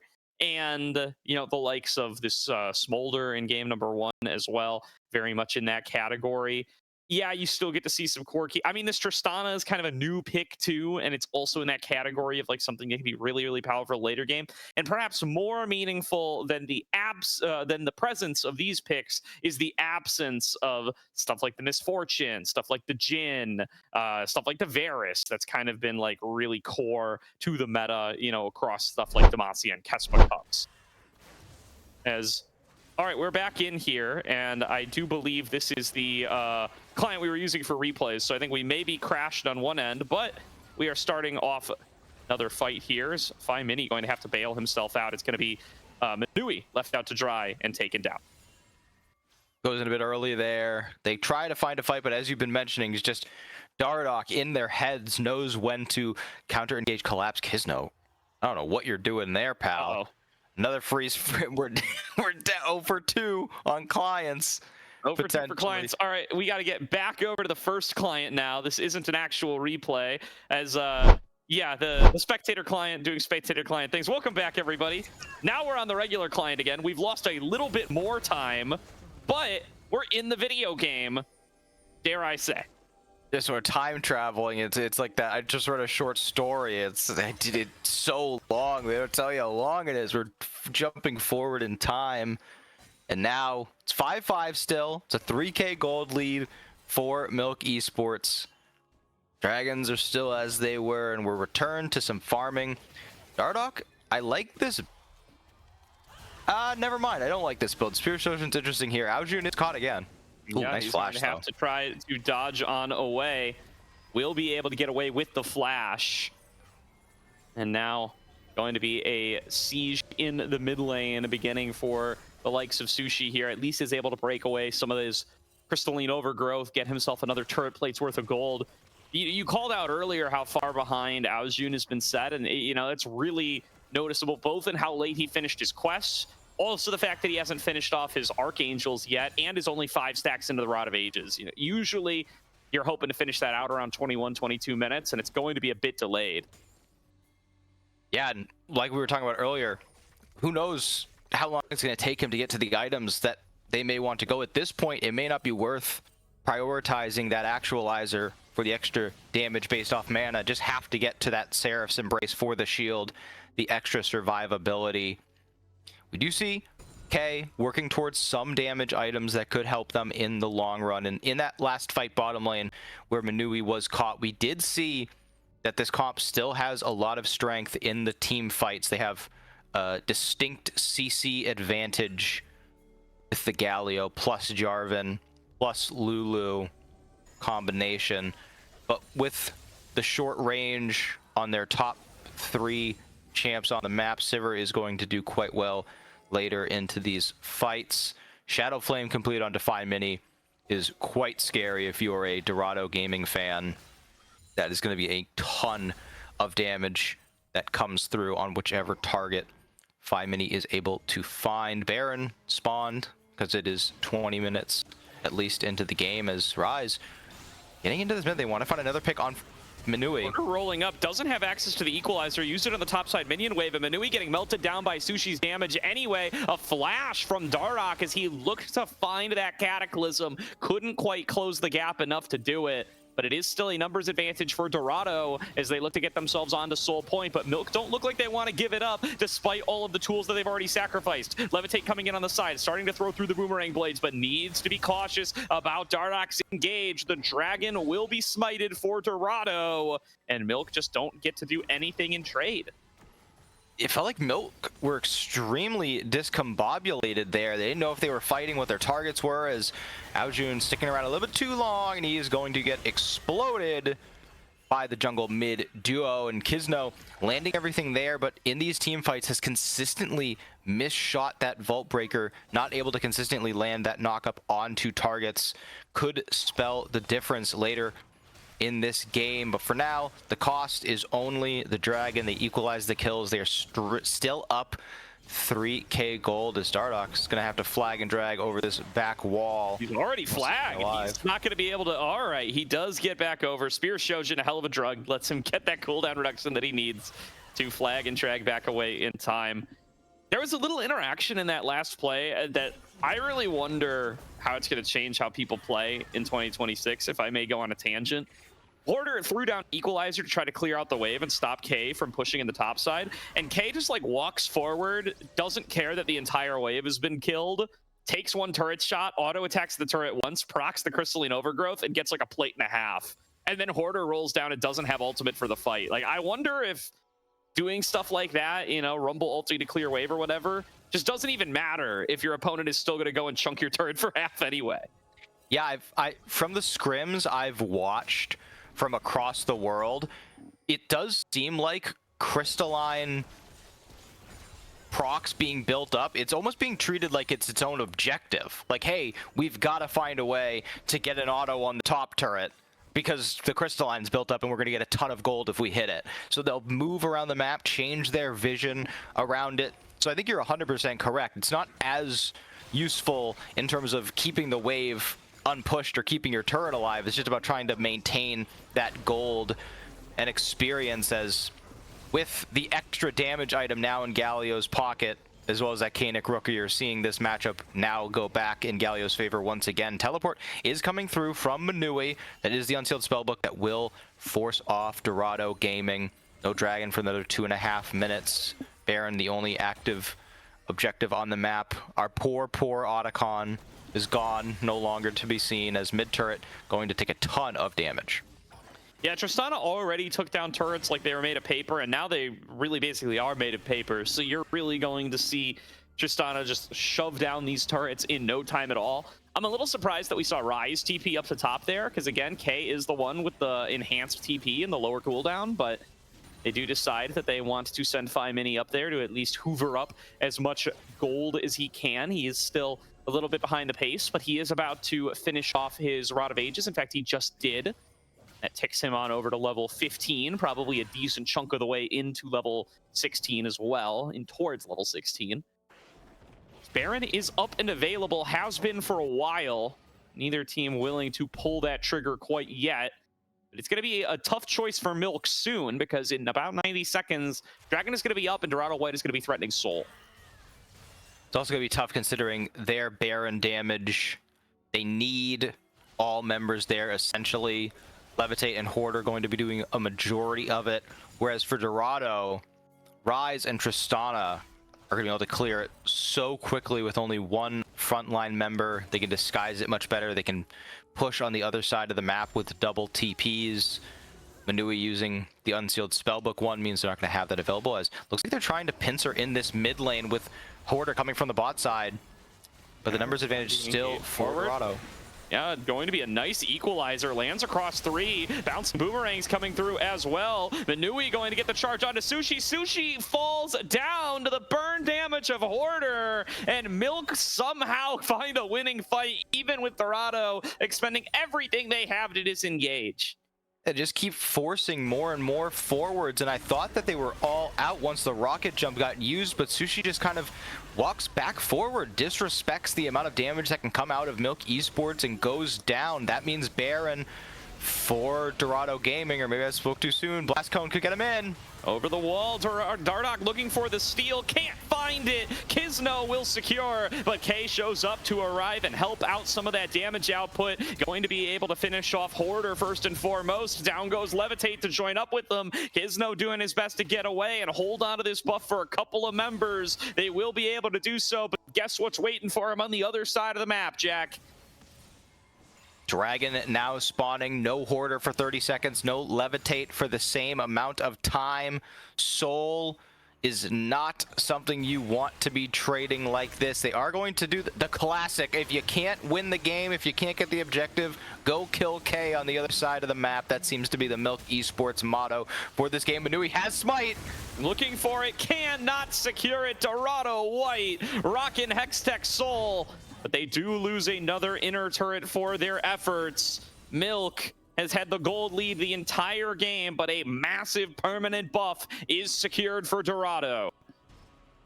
That's going to be massive, not only because of just how good Hextech Dragon buff is, but also the champs they have.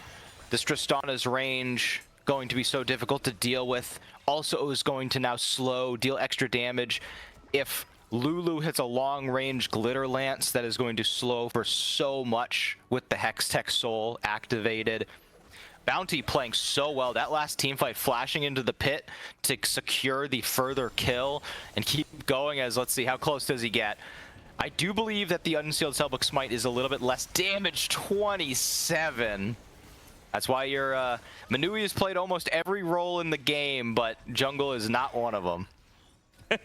Not yet. He'll get there eventually, I'm sure, but not at this moment. And yeah, I mean, he's just got a weaker smite, right? That's just the way the jungle pets work. So a tough ask for him to be able to show up and be able to get that smite, and it doesn't work out this time. So Hextech Soul, a nice boon for Dorado, again, to try to compete with the scaling that this Sivir brings to the table. But I think we really have to have our eyes on Sushi and what he's going to be able to do in these team fights. As Dardoch thinks that he has an engage. It's all on to Levitate. He's going to have to fight his way out of the Cataclysm, but nobody able to back up Dardoch. Here comes K with the grand entrance, and already the space has been created. A massive between worlds from 5 Mini splits the entire fight in half, and Dorado White are broken in half accordingly. K just has to watch as 4 of his teammates fall, and they will work through the tanky Galio eventually. 5 Mini gonna have to tank over turret tanking duties, and it's gonna hurt him quite a bit. They're gonna have to just let that fish go, but it will be an inhibitor at minimum to Milk,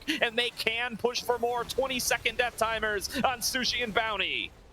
Dardoch finds an incredible engage onto Levitate, but the rest of the members cannot collapse because of the equalizer. They get the wild growth. The hero's entrance comes through, but it's just not enough to kill the target. Manui has gone down. Lulu is up and available. Here comes Dorado. Yeah, trying their best to make a defense, but it's just too little, and it's just too late. Last hit goes to 5 Mini. Milk Esports will tie us at 1-1. And it's a best of 3 from here on out, Jack. Well fought by Milk, and they take a decisive fight to win through the Hextech Soul. Yeah, it was really well played at the end there by Milk Esports. Seemed to be rocky, back and forth, mistakes made, and the comms diff seems to be in Dorado's favor. But that last fight, they're able to hold off the collapse by Dorado for so long, and the teleport in by 5 Mini. I feel like because Aurora was on a side lane so often, was skirmishing a lot, they didn't really see how strong she'd gotten, but Rabadon's Deathcap, Shadow Flame, Luden's Echo, just as soon as the Aurora landed, utilizing that Between Worlds blows up the entire team, and now we got a 1-1 series. Indeed we do, but let's hear from Bach and Orbital over on the desk. Hear what they've been able to garner from that game number 2, interruptions and all. Take it away, guys. I had about 3 mini heart attacks when we saw the 1730 and 1830 come up, but we got through the game in more ways than one. Dorado Gaming White had some moments, but it was Milk's time to turn into oats and get the goated status of game number 2. This time around, it did come from Hoarder, 5 Mini, and Levitate, all carrying their weight with 20 to 24,000 damage done. You know, I'm a bit of an oat goat myself, as I think, predict them to win this game, and yes, you did. Glad to see that Hoarder was able to utilize that winning matchup to just flip the script on K. And I mean, just better team fighting, I think, from Milk Esports was the difference this game, because Dog had all the objectives. They had like 3 dragons. They were able to steal away a grub. They were putting pressure, but you know, Milk was just up in gold, and then it didn't matter at the end of the day how many objectives Dorado had. Yeah, I actually like that you pointed out that they had the objectives, because this is one of the rare times that we actually see the Soul not really play impact into this game, right? And considering how smoothly and evenly it felt like the early game went, at least in a kill standpoint, it did feel like the Soul should make a difference, but the gold lead spelled a different thing. I think at one point with that grub initiative with taking the towers, we actually saw Milk Esports up. I think it was 4 towers to 0 at one point. You and I were both a little bit surprised when it was 5 to 5 kills, yet 4 towers ahead, and things just spiraled out of control. So I want to ask you, where did it all go wrong? Because was it just Hoarder kicking things online, really getting there, or was it the scaling hitting a lot harder and a lot earlier than we were expecting for Milk? So this is actually, like, for the ball knowers in chat, it's partially to do with how well Milk played a lot of their lane matchups, but also to do with something that I think is really important when it comes to competitive play, and that is objectives don't mean anything. Winning the game means something. So if you're able to trade that objective time for tempo on the map to go up gold, to go up tempo to the next round, it doesn't matter if the enemy team is 3 dragons if you're up 4k gold and can beat them on soul point or take Baron and then win the game from there. I like it. I like it. That breakdown is huge. Right now, we are going to get a couple replays. There weren't really, again, highlights from the early game. It felt like everyone was fairly even, but we had opportunities to actually take a look at some of these moments. We actually got one first, which was very at the end of the game, which was this game-ending team fight with the corridor. It was talked about by the casters. Stat check. This is a brutal stat check for an end game fight. I mean, yeah, it's just when, like, this comp really works is when Tristana can hit, but if Tristana's like deprived of the ability of, for like Galio and Lulu to create space for her and can't like freely reposition in that tight corridor, well, that's where Rumble, that's where Aurora, that's where Vi and Sivir with her bouncing blades just really just shine there. So I'm not surprised at all, even with Soul, that they lost that fight. Yeah, it was a rough time. They also, I don't think, had a whole lot of time to go back and buy. I think it was very rushed and they got back out on the battlefield. So maybe a bit of both. However, there was a very interesting exchange with some very funny moments, I think, that we want to go back to. One of the most interesting ones was a little bit of a fun catch in the mid lane. It was about 2 minutes before game end, actually, where we not only saw an attempt at a Baron steal, but an attempt at a dragon steal with a poor smite that did not stack up. And this is something that I did not know. Spellbook smite will absolutely not weigh against a true smite from a jungler. Yeah, but that's Manui though. Like, that's my goat. Against all odds, you can tell Manui, dude, there's a 1% chance this works. He's like, hey, that's better than 0.5%, and he'll go for it. But that's what you need. You need that hunger. You need that drive. Do you got the power as well? Are we just quoting the whole song here? Like, what are we doing? I don't want to get you DMCA'd. Okay. Look at this. This is a feels bad moment because it was there. Manui had it by 30. It was so close. Like, props to Manui, and especially considering right before this, we actually saw Dorado Gaming White have a chance at almost a comeback. That was the whole point. Is before that they had actually lost, I think, one of their players, but then they challenged on the Baron, lost the Baron, got 2 kills, and they were running out. It felt like that moment of comeuppance for them. And so looking at game number 3 now, Bach, we have to take a look and say, what's next? Both teams have actually shined fairly well in their wins. Let me consult my nutrition chart here to see how Milk Esports is looking this game. But oh boy. I mean, we don't know what sides they get yet, right? So true. Prio picks, like Caitlyn is still up, Yunara is still up. I think you mentioned before Emma Misfortune, untouched, Scion, another champion that I think is pretty strong right now. All these champions will be traded. Yeah, I don't know. It's a weird call, and so let's actually shy away from the champ. I was going to, but they wanted to play. So let's dive a little bit deeper, because actually right now, out of the bans of the early game, we've actually seen a lot of the same so far. The 4 that have actually stayed at the top are Caitlyn, Bard, Orianna, and Jace. These 4 have been pretty much perma-banned by either of the teams. In that same order is not correct, though, because Jace was banned 3rd in game 1, 2nd in game 2. Do we see that shift as we get 2 so far? I mean, the answer is I just don't know if Milk Esports plays Jace. If they do play Jace, I just don't know why you would continue to ban that champion. But Yeah. I mean, yeah, also Nico was banned as well, and this is just, I think, Manui respect ban, because this is what I always like to say: in best of fives, Nico just gets stronger as the night goes on, even if every champ was left in the pool, because people get sleepy. People get like, oh, second cannon minion, my lucky day, you know? Yeah, true. True. No, that's well, actually the worst part is that will change now, by the way. I forgot they changed this. Is minion waves were changed as well. I believe they drop a melee minion for a cannon on the cannon waves, and the cannon waves spawn earlier on third wave instead of fourth. There's a lot of changes. I'm not even gonna dive into that.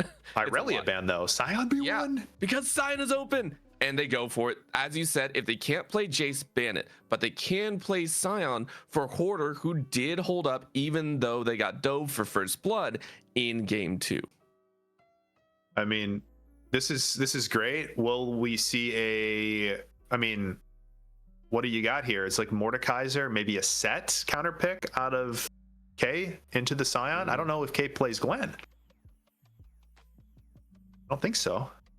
If they blind it, would they actually? Oh, okay.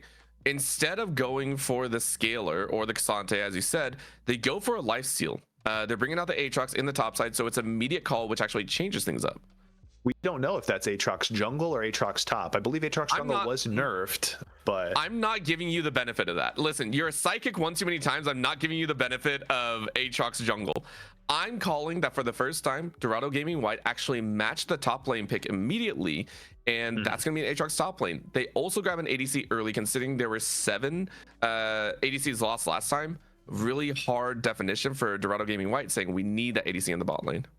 Sure. And I mean, this is a matchup that I think Levitate should be happy taking Kai'Sa into. I think the Kai'Sa Yunara matchup is pretty chill for Kai'Sa, especially later on into the game.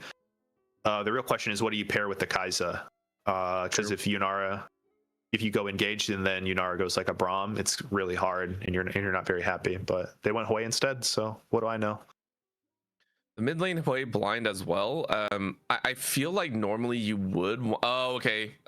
Listen, grab all the power that you want. An immediate slam of all the crucial roles. The entire top side of the map has now been selected. Scion, Hui with a carry Kindred in that jungle. Kisno going hard in the paint, matched only by the brilliance of the Syndra in R3. It will be the Painter versus the Destruction in the mid between 5 Mini and Aljun. Yeah, I mean, this is pretty chill. I think this mid lane matchup, once again, the Hui blind. I talk to a lot of mid laners who say like, hey, Hui's not that strong anymore. I'm a very firm believer that if you have a comp where Hui can function without getting a lot of threat on her, she's still completely fine. Just a little bit weaker, I think, with her wave clear, because they nerfed the QE or whatever the rumble ability is that lays down the line. And then Kisno has his signature Kindred. This guy's a beast on Kindred. I wish he got this champion more often. Well, I mean, it was left open all through the early games. Might as well grab it here in a pivotal to possibly put Milk Esports on championship point after this. Now looking at that bot side for Dorado Gaming White, taking away the Braum and the ADC of Ezreal. On the flip, Milk Esports ensuring that a lot of those early game aggressors can't be picked up. It is going to be that Nidalee versus the Nautilus banned away on either end, looking into the second phase. Yes! Oh. There it is, baby! We get the man, the myth, the legend Malphite. And that looking like Aatrox top into the Scion matchup, like you said, and then Malphite jungle, which is very good into the Kindred pick. So they left Silas up. All right, let's go. All right, listen. We had power, and now we have more power right now. Where does this go? Is that Hui support now that we're watching? Oh, it should be Silas support. Should be Silas support. Okay. Yep, that's Manui. I don't like that. I should recognize that. I feel like I don't like anything of that nature right now. Shout out to Manui in the chat. All right, Karma to round it out. That's not as flashy. That's not as exciting. I'm sorry. That's not as fun as seeing like some other crazy pick, but it still lines up. Dorado Gaming White drafting out very, very aggressive in the old form. Milk doing the same here, though. I mean, I think the Silas pick needed to happen, because what happens here is how does anybody get onto the Syndra Yunara without some sort of engage? And like Leona is gone, it's kind of hard to. I mean, I guess you could pick Nautilus here, but like when they picked the Malphite and they gave away the Silas to Milk Esports, I think it's a correct choice, even if you have to end up putting the Sylas bot lane. I don't think Sylas is going to have fun in this matchup, though. No, I mean, you need the Sylas to get online a bit faster, and again, you're not going to do that till level 6. I don't think you're going to hit level 6 for a while. So the idea of Manui on that Sylas might be the big calling card. Is it going to be enough? Will be a question and a half. Levitate, though, drafting up that Jhin that we talked about, maybe not as high in the prio, but is still locked in here. Bach, where you got your eggs? I mean, I'm going to divulge from my Milk Esports fandom here, and I'm going to go with Dorado for this game. Their comp is so much better. Jhin into Malphite is just notoriously like a meme for Jhin to do damage at all. Sion is countered by Aatrox. Kindred is countered by Malphite. Kindred is countered by Malphite. Syndra has a fun time in this matchup. Bot lane gets pushed for Sushi and Bounty. It should just be a Dorado Gaming 2-1. All right, well, listen, I like a very whole and healthy breakfast, milk and eggs. I'm putting my eggs for Milk Esports here for game number 2, and we'll see some signatures as well as some flair can give them a win to push them to championship point. We're going to send it back over to Gordo and Jack to see what they think of this game 3 draft. Thank you very much, Orbital and Bach. Appreciate you guys as always. And we do have the Manui Sylas support. We know that this guy has got plenty of tech to pull on out. This one is new to ACL. He has not played this one yet. Has shown us some other very interesting stuff throughout the season. Maybe we'll get to see some more of that later on. But what a showing here. Jhin Sylas in the bottom lane to kick off game number 3. Yeah, and usually as casters, we're going to play it right down the middle. We're just going for the broadcast. So to maintain that illusion, nobody check who just put down 10K on Dorado Gaming to win this game in the predictions. I understand that Sylas is a great champ in the Malphite. I think this bot lane matchup is horrid, though. I think the last pick, Karma, was such a great choice. I've talked a lot about Yunara not necessarily having to go with enchanters, doing well with early game skirmishers, and now having that double ranged bottom lane into the Sylas. It's going to be tough, but this is what Sylas allows you to do. Already pops the barrier. They're going to have to take advantage of every single one of these opportunities.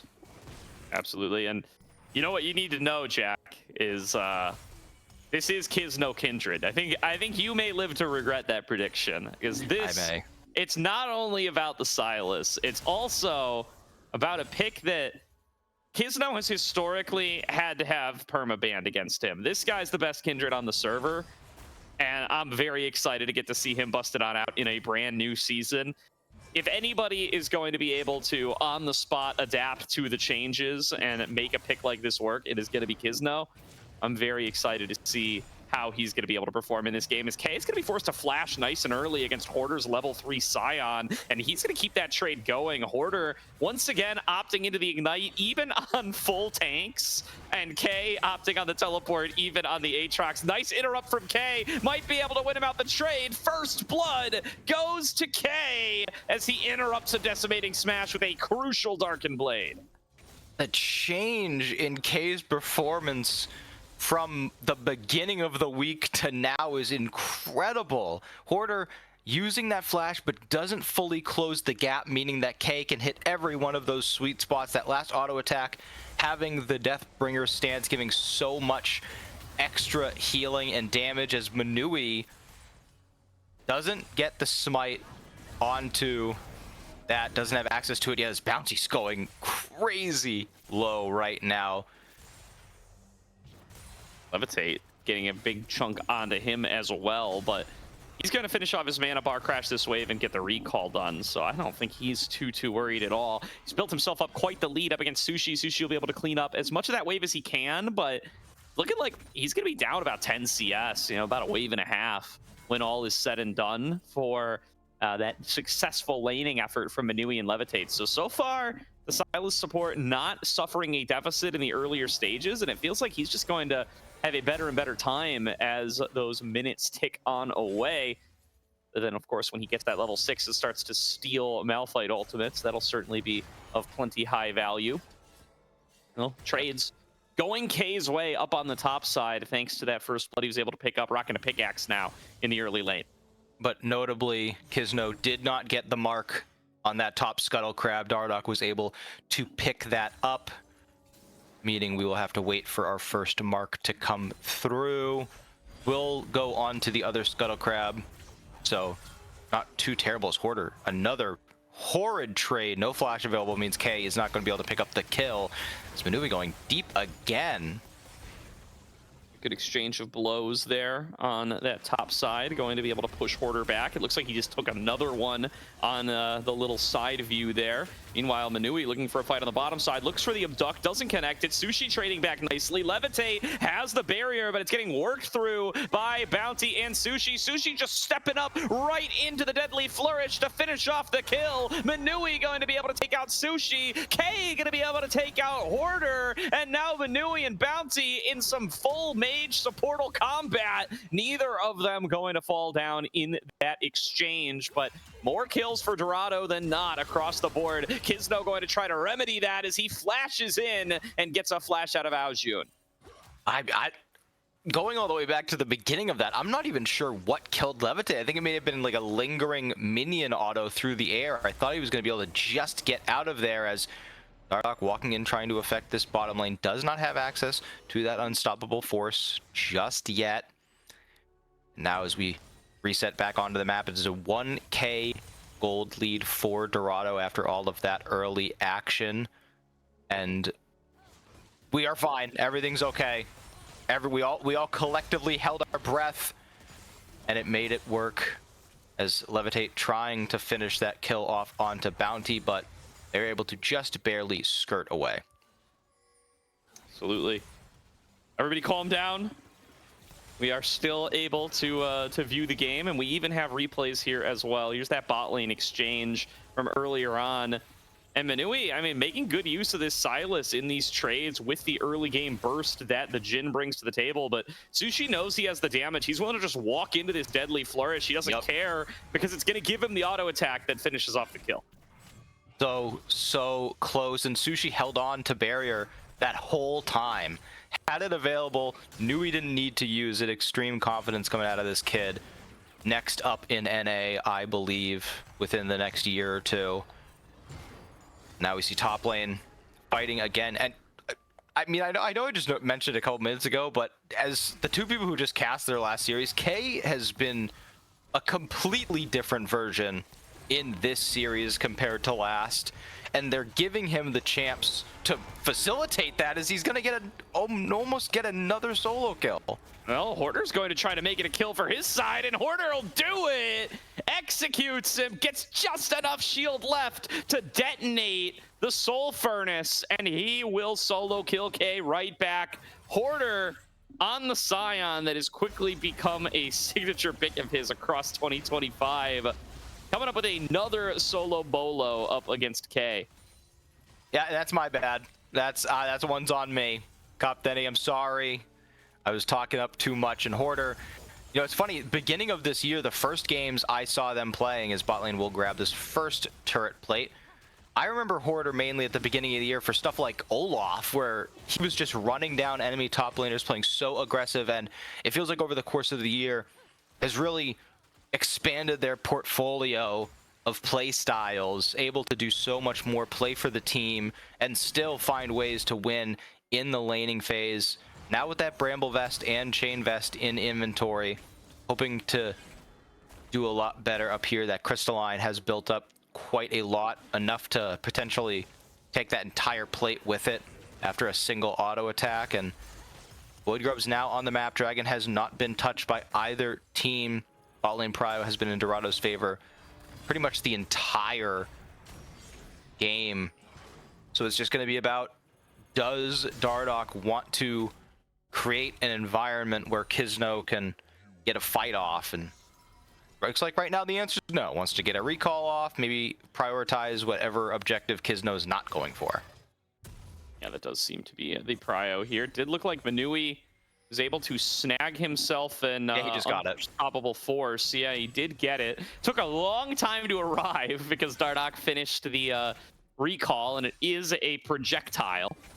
but he does get it at the end of the day. So going to have access to that additional engage tool. Keep that in the back of your minds, especially because he's got a teeny bit of AP in the kit here, so it's going to certainly hurt once it does connect. Dardoch, meanwhile, prioritizing that ultimate cooldown reduction from the Malphite in the mid lane. Sushi going for an all-in in the bottom side, trying to push back Levitate, going to get that barrier sent out, and still going to be able to win the trade even straight through it.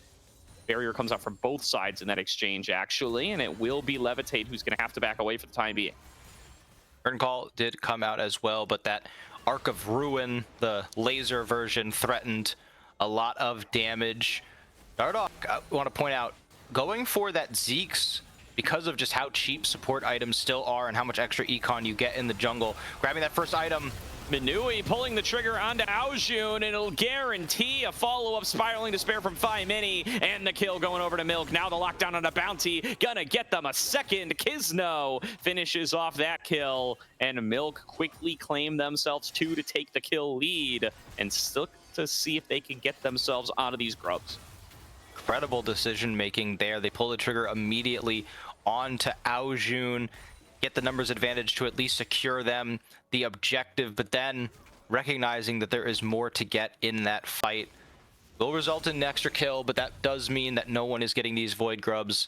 Kindred did not get the mark on that Raptor camp, and what I was going to mention on top of the Zeke's itemization for Dardoch, they also took the Unsealed Spellbook, which I feel is an underutilized keystone in the jungle, especially on junglers who have a lot of mobility. Obviously, Malphite having that ultimate means that their ability to move around the map in emergency situations, a lot like how you use Flash defensively, is already built into the kit. So before that last fight, actually swapped the Flash for teleport to get to the grubs sooner, as Aojun forced to flash.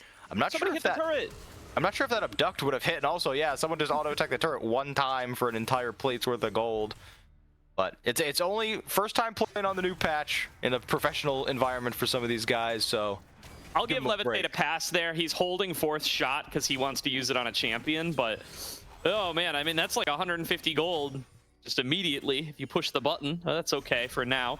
Dragon getting worked on by Dorado, and I do think they're going to be able to secure it for themselves. Some low health bars on Milk going to push them back, and they are going to be able to secure that one. Ocean Drake to the Dorado side. Gold basically dead even at this early stage. Those grubs also went Dorado's way, so controlling the objective game for that feat that no longer exists. Yeah, but in our minds, they can still work towards it, a commensurate victory. As we do see items coming through, Kraken Slayer just completed for Sushi. And when we look at the scaling on each side, Malphite is going to scale in the sense that he is going to be able to get much tankier as this game goes on. With these early support itemizations, he won't get tanky as early. Yunara obviously scales quite well, and I'm interested to see if we get the Fiend Hunter bolts. Works really well on hit focused AD carries that proc their ultimate to start fights.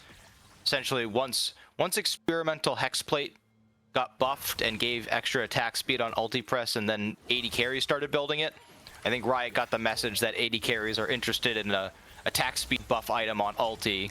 So now we've got one, as Sushi is gonna proc that cultivation, clear out this wave, and with no objectives on the map, we are just back to everyone trying to finish up their quests. As one auto on this turret should get a lot done, but Manui's trying to prevent that. Yeah, lots of pressure being exerted onto this bottom lane from Dorado White. Sushi and Bounty looking to be able to get some more turret plates, and they have Dardoch coming in at their back. Kisno going to be waiting in the wings as well. Top laners continue to brawl too here. K seems to think that he can win out this fight. Pops World Ender, going to try to land as many of these sweet spots on a Hoarder as he can, and he does get the third one, which is the most critical. Where is that Q cooldown? Throws it out, can't connect on a Hoarder, nor can the second, and Hoarder will stay alive up against the all-in from that Aatrox. In fact, he wants to keep that play going, chasing him down with the ultimate, flashes after, detonates the Soul Furnace, and Hoarder finds a solo kill again! And gets his quest at the same time. meaning has access to teleport, can push this in aggressively, do as much to the turret as possible, back, reset. Aojun gets the Spiraling Despair, going to go down in an instant. Manui says, I don't care at all about this quest nonsense. I'm roaming on the map, I'm getting kills for myself. 3-0-0 for Manui on the support Sylas. What a move by both Hoarder and Manui there. They get kills on both solo laners. 5mini getting chased down though. Bounty going to be able to find this route. Sushi flashes forward and Sushi will get the shutdown gold for himself, but Bounty tanking up the turret gets responded to by Manui. I don't think this ultimate does much of anything for Manui, and he'll just get run down all the same. Another shutdown goes into Sushi's pockets. He just got like 1,000 gold. Yeah, and that's not the champ you want to give that gold over to at this point. Although Hoarder and Manui, yeah, that's it. Bye-bye. He's flown too close to the sun. He's gone. Kisno gets that one. And that, I mean, Kisno is going to be very useful with that. Hasn't had a ton of impact since that early fight onto the mid lane. On Kisno. I think they've got at least 2. They've got 4. Oh, so they've hit their break point. That's the most important one to hit. The range is now an actual amount. No more struggling to 1v1 people and actually zone. 2-0-0 with the Triforce already in pocket. So many options for Kindred after this point. Can go for more of a bruiser path, can go for more of a marksman path, and with newer items, who knows, we could see some new combinations. It looked like Rift Herald was going to be started there for a second, but now it looks like the focus is going to be 5mini. 5mini stunned, 5mini knocked up, 5mini hit with the unleashed power, and Sushi will be able to take him down. Manui going to be the next target, has to flash back to safety as Dorado takes control over mid lane. K and Hoarder, though, brawling once again, and we have seen how this fight goes. Hoarder continues to dominate the one-on-one, but K pops the World Ender, lands a Q3, but it's just a turnaround with the unstoppable force, and Kisno going to be able to clean up that kill. Yeah, I'm not sure what the thought process there was in terms of continuing that fight. You know that the enemy team is in the area because of the previous fight. Maybe just trying to take advantage of that cooldown for Ignite being off as Sushi's getting super aggressive, has no barrier. And will be able to make the trade. Nicely done by Sushi, but Manui will still finish him off regardless, and Sushi's aggression in mid lane, it's cleaning up kills, but it is taking him off the map. This Spiraling Despair is going to do quite a lot of damage, but not enough to find the kill. And 5mini, oof, that Kog'Maw ult for not knowing the name, and could find the kill there, force the flash, but he's just going to die to the actual mid laner, Manui. Aojun's going to want that back. He's definitely not too happy about having utilized his flash there. Throws out the ultimate, won't be able to get much of anything, and as long as 5mini doesn't overstay and get hit by Dardoch or somebody, that's going to be a clean kill to the Milk side. Yeah, Bounty wants it, but Manui is running interference in Tribrush. 5-1-1, 6 stacks on the Darksteel Proto Belt completed in inventory. And aside from having the Malphite ultimate, Sylas stealing that mantra is a sneaky great ultimate to steal, because you can essentially steal any of Karma's abilities depending on what you press after you press the mantra. So many different instances and utilizations there. Aatrox's ult is going to be okay as Kisno's grabbing himself some enemy camps on this side, absolutely dominating this side of the map. And after taking all those camps, they're either going to be able to find a fight here or get the dive top lane. Yeah, Manui getting a ton of damage dealt onto him there, but will be able to get away in time. And now Kisno up in the front line, hit by the unstoppable force, can't even cast his ultimate, and Sushi claims another shutdown for himself. Dorado with a numbers advantage, going to look to push the fight further. Double knockup found by K with cast 3 of the Darkened Blade, but he is hit on the other side by the Deadly Flourish. Still, a turnaround on a 5-mini will allow a second kill to be secured for Dorado White in the fight, and Hoarder going to be the next target on the menu. Already blocked away by K on the long side and finished off before too long. Sushi with an unofficial triple kill in the fight. Yeah, this Yunara is going to be a massive problem. Doesn't have any tank shred just yet, but with that Phantom Dancer Kraken Slayer combination, going to be dealing so much damage. And Aojun hasn't been dealing too much yet, still waiting to get all of those stacks up, waiting for the Transcendent to come all the way through. But getting 2 turrets worth of gold, one of which being the first turret. Only an 800 gold advantage, surprisingly, but the real advantage here is the 3,500 advantage in the bottom lane as Bounty's caught out again. Yeah, Manui with the all-in there, but this is support Sylas budget, not mid lane Sylas budget, or even jungle Sylas budget. So there's not enough damage in the tank to actually be able to execute Bounty there. He will walk away on about a third. Still, holding out of that unleashed power for forever doesn't necessarily benefit Manui either, so he's just happy to cycle out that ultimate. And back to a little bit of farming gameplay here as Baron will be up at about 40 seconds, but I don't know if the 20-minute Baron rush is quite as appealing as the 20-minute Otacon rush. It's a little bit more dangerous of an objective to work on. Yeah, and they did add the armor and MR shred to Baron the way it worked for Otacon, as we do see everyone in the mid lane. Unstoppable Force does come out. Nice ultimate from Dardoch, but Kisno able to respond with that ulti of his own.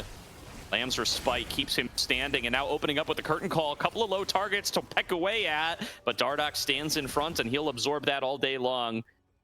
So going for support items here on this Malphite, optimizing for ulti cooldown and his ability to protect Sushi. We get another nice little freeze here, but we're back.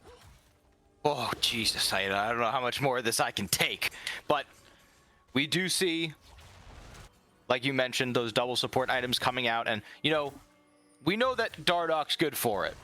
He's playing the Ivern in the last series in the Game 5 deciding match. And so if any support is going to, or any jungler is going to pick up a champion and build support items, we trust it to be Dardoch. By the way, that pause was intentional. Shout out production for trying to keep us ahead of any buffering issues on our finals stream. And 0-4 for Dardoch, and I like this mentality, especially when you have a player as good as Sushi on a champ as good at scaling as Yunara. Kisno gonna get rooted up by Bounty here. I don't think they're going to try to commit to a full engage here, as they're not entirely sure where Hoarder is. Probably has access to that bonus teleport right now, is why he's matching K on the side lane. Still hasn't shown himself on vision until just now, so now Dorado White confident where the Scion is for the time being, but they've got mid waves to catch before they can look to posture inside this top river. Does look like it is the all-seeing Baron this time, so they have those long snaking corridors. Can be very powerful for a lot of this AoE threat that comes in from you know, both sides' respective Malphite ults.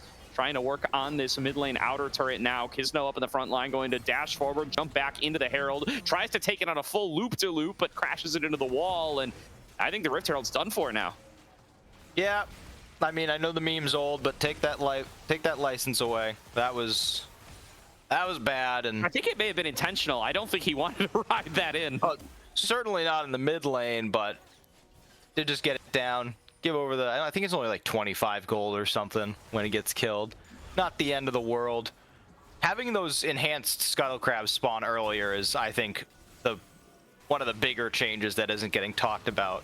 There's just a general increase in vision as Levitate takes a ton of damage. Yeah, Aojun with a big pick there, but Kisno shows up with the Lamb's Respite to cover him. Now dashes forward and executes Sushi, the primary carry for Dorado White, and the secondary one's waiting in for a curtain call execution. Down goes Aojun. Manui finds the engage onto Bounty. K trying his best to reset across the fight, and he's doing it. He gets both marksmen at once. Now moving forward on a 5 mini. K popping off in the fight to salvage an irrecoverable situation for Dorado. Dardoch finds a multi-man knockup. He takes down Manui. 5 mini getting sectioned off by Dardoch now as Hoarder tries to fight back on the Scion, and he's gonna be able to do it. Looking to find a second kill underneath the turret, but K is able to dash out in time. It's Dardoch who falls down instead. A 4 for 3. Unbelievable play by K in that fight, saves the game. Sushi again steps too far forward, gives his life. Aojun falls in the aftermath, and now Sushi's gonna be able to pick up a kill here. Oh, never mind. Soul Furnace is enormous. That's a terrible ability, but does save their life, force the teleport out of 5 mini. K kills both AD carries on the team, holds down the rest, keeps himself healthy and alive and thriving. That could have been it, and with a Milk Esports clear path to victory, but huge save from their top laner. I mean, K just kind of salvaged perhaps the entire game there. The fact that Aojun and Sushi both get picked and that isn't a disastrous team fight, absolutely nuts stuff there for Dorado White. And now they've got Sushi and Aojun back and available again. They secure a dragon on the side of Milk, but Dorado with control over mid, pushing for more. Curtain call opened up. Shot 1 connects on a bounty. Shot 2, shot 3, shot 4 just goes wide, but it's already set up for Hoarder to lock down the support, and Dardoch forced into the stasis, gets a knockup on a 2. Sushi doing his best to return the damage, but the only one who's fallen down so far is Hoarder. Kisno going to survive a Syndra ultimate thanks to a well-timed Lamb's Respite, and K going to try to turn this fight back onto Manui. Hoarder in the zombie form still hammering away at that Aatrox and takes him down below half HP, but Dorado hold with only 2 members falling. God, it's such a hard re-engage angle. I can tell Dorado want to go for it because they've still got Sushi, they still got Aojun and K, but with Levitate essentially full HP and Phi Mini having access to so much shielding with the Seraph's Embrace and that double W, it's so hard for them to walk back into it. I mean, I think they should have taken the hint from the last fight. We needed a heroic performance to save the game. Maybe we shouldn't just start up another fight again, but alas, here we are, and the gold lead still in Dorado's favor. But I mean, Dardoch's it's less than 1,000 though. Yeah, Dardoch has to get some more survivability if they're going to be going for some of these plays, because right now the Knight's Vow Zeeks just ain't doing it in terms of tankiness once they go in.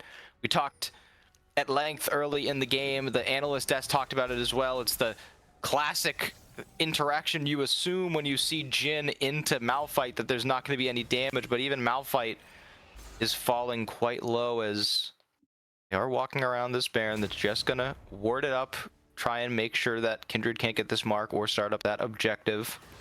Are returning to lanes for just a moment, 26 minutes in. 3 minutes until the next dragon spawn, so not going to be able to prioritize that for quite some time. And in this side lane, a lot of magic pen built up for Aojun, but just far too much health on the Scion. This is the manifestation of all of Orbital's complaints about the mid lane quest, by the way. Hoarder has a 3-level advantage over Aojun, and Aojun's trying to side lane against him right now. It's a tough life. I mean, Scion doesn't even have a magic resist item. Remember, Unending Despair was converted into a full armor item, but it just doesn't matter. Meanwhile, a pick on towards Kisno. He does throw down the Lamb's Respite in time, but how's he going to navigate his way out of here? That's how. Flash is out on a sliver of HP. Manui takes an unstoppable force into the fight, but the rest of the team's not ready to follow up, and Manui is the one who falls for the sins of Kisno. Flash is down across the board. Levitate, Manui, and Kisno all lose theirs. It could have been fine for Milk, but Manui just goes a bit too far forward. When you go for some of these picks, you have to get the kill as soon as possible, unless you want to get collapsed on and lose the entire fight. Bounty once again walking up so far forward, confident with the vision. The rest of the team isn't just there yet, but Hoarder's tanking up so much. Yeah, Hoarder can frontline, but nobody's going to be able to smite this Baron. Kisno just getting back from his base. What can he get on the backside? Doesn't have Lamb's Respite. Levitates up too far. He's stunned by Aojun and executed. Now it's a 3 versus 5, and Dorado White are looking to clean house. Stun connects onto Kisno. He's got nowhere left to go. Sushi finishes him off. Dardoch dives forward onto Phi Mini. Spiraling Despair claimed 2 on the backside, but he will fall all the same, and it is a 3v2 on the map. Bounty, what are you doing, dude? I understand you're the support, but you don't gotta die with your lane partner. Walks back into the Spiraling Despair. Manui popping that ultimate to try and get out, but he is going to go down as well deep in the jungle. K absolutely stampeding this game on the Aatrox. 240 gold, 1 auto attack on the turret. 8-3-3. Starting to get eerily reminiscent of game 1 for him. Yeah, indeed. And I mean, in Once again, this has been a game where both sides have taken what looked to be clear, decisive teamfight wins, and then one random happenstance just results in half their squishies getting blown up in an instant. It's come through for both sides now, but so crucial for Dorado White there, or for Milk rather, to have been able to pick up those kills out of Sushi and Bounty. They could have lost even more had Sushi stayed alive. Nice work by Phi Mini to claim themselves a little bit of something, but the gold lead will extend massively for Dorado White off the back of that fight win regardless. That's what Baron gets ya. And the fact that that pick on the Kizno, even though it didn't finish the kill, still came through, still forced him back, still opened up a path for the Baron, has such a big impact for Dorado White and sets them into a position to be able to win this game number 3. Yeah, and they have all of the tools to push down these lanes. We can see, I believe we're getting a quick replay of our last big team fight. So we go here, and you see, they now see all of the members of Milk that are up and alive. And Hoarder, I see what they're trying to do. You get Rift Scuttle thrown at them. They want to try and find a return kill, but Levitate walks too far forward. Kizno doesn't have access to the Lamb's Respite, used it to keep themselves alive. And the ultimates that they do have, the Spiraling Despair and the Unstoppable Onslaught, they really only want to use to go back. And here's what I was saying, Bounty, just leave him, dude. Nope. He just can't leave. He can't be without his lane partner. They've fought so hard together. He has the Helia of Echoes, I believe is the title of that item. It's essentially Echoes of like Helia, but you got it. I just reversed it. But it's like the old cosmic, or the goblet thing that gave you extra yeah, the old healing. Athenes. Yeah, gives you healing when you deal some damage, and Karma obviously able to hit a lot of abilities, charge that thing up. Another important thing to mention, Yunara almost at 100% crit chance, has the Infinity Edge up and available. This Yunara is a nightmare to deal with, and unless Manui or Hoarder can actually get on top of Sushi, there really shouldn't be a world where they are caught out of position. Now, Sushi has mispositioned twice, resulting in lost fights or near lost fights. So that could still happen, but they are now on Soul Point, pushing down the base. Baron buff active on K and Dardock, trying to get this turret down, but they can't really pick their poison. They don't know if they want to poke or fight. Manui finds Aojun, though, with his stolen Unstoppable Force, and will just get the one-shot for Kizno. That's a mid laner down for Dorado White, and that's going to break this siege in an instant. Now opening up with the curtain call, seeing if they can find a little bit of a follow-up fight here. Slowing up K for Hoarder to continue the charge, and Kizno is up next, looking to stack up the Mounting Dread. Turned around on by Dardock. Kizno cannot cast Lamb's Respite in time. Dardock snaps his fingers and blows him up, and K is looking to keep the fight going with the World Ender. A huge Darkened Blade across Hoarder, and Phi Mini will claim a second kill. Levitate doing his best to kite it back, but it's only him and his support Manui left standing. Zombie Hoarder trying to push Dardock to a low enough health total that this siege can't go on, but Dorado are 4 members strong, facing down 2. There's no wave clear left here. Levitate getting chunked out by Sushi. Dorado White might just try to win it right here. Bridging the continents, North and South America. We've got Canada, we've got the United States, Colombia, Brazil. This team, the entire hemisphere on their back. Winning game 3 will bring them to match point. Well done, Dorado White. Another snap team fight on the Kizno. Another stacking of damage to stop Lamb's Respite from being cast is what cements game number 3 and pushes Dorado White to match point. Excellent game by them. Excellent use of the Malphite pick. Analyst Desk has been begging for it all night, and it paid off for them big time. Yeah, and I loved the shout out from Bach there, just saying like, hey, Josh, just pick it, man. And you saw, I mean, didn't even go like the tank route. Just said, I'm going to be another support for my team. We have a Karma, so we don't have an engaged support. I will take on that responsibility. And multiple fights into that game, he was deathless, 4 assists, just making things happen. If there's any support in, or any jungle in the tier 2 ecosystem that I want in that more supportive role, it's Dardock. This guy is, I mean, so many phases of the career, I feel like there was a time where him unsupportive junglers would have been unthinkable. But at this point, he's really done everything. He's been through every meta, and being able to excel in this position, being able to trust another one of his younger teammates to be the carry on Sushi. He's just continued to coach up these guys, and just, understandable how they find themselves in this match point position. Absolutely, but you've heard plenty from Jack and I. Let's send it back over to the analyst desk to break down game number 3, Balk and Orbital. Take it away. I spilled my milk. That's all that happened. I spilled my milk by accident. It's all over the floor, and unfortunately, I don't think they're getting another game after that one. I mean, that was Dorado Gaming White throwing down with the best of them in there. One of our closest games from early game to mid, and yet Dorado Gaming White came away with a pretty strong mid to late. I mean, I agreed. Dardoch isn't the stepdad; he's the dad that stepped up, and he did his job. Like, this is the Malphite build. I think you said it, the rune page spellbook, because I think maybe playing into too many range champions, it might be hard to get value from the PTA traditional build, but that ult value, that Zeke's having ult up just that much more often, even though you are squishier. I think we saw him get blown up in a couple of fights, but just being able to be the go button is super beneficial.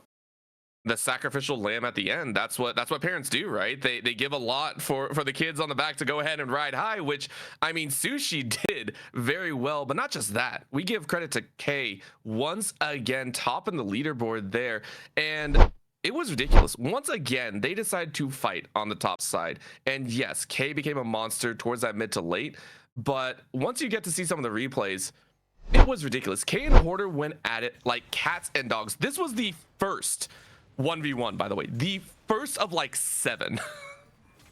I mean, this is just crazy. Like, I mean, I think Hoarder knows this matchup is pretty hard for Sion otherwise, so he went D-Blade and Ignite here and just tried to take it to K early game, and it paid off.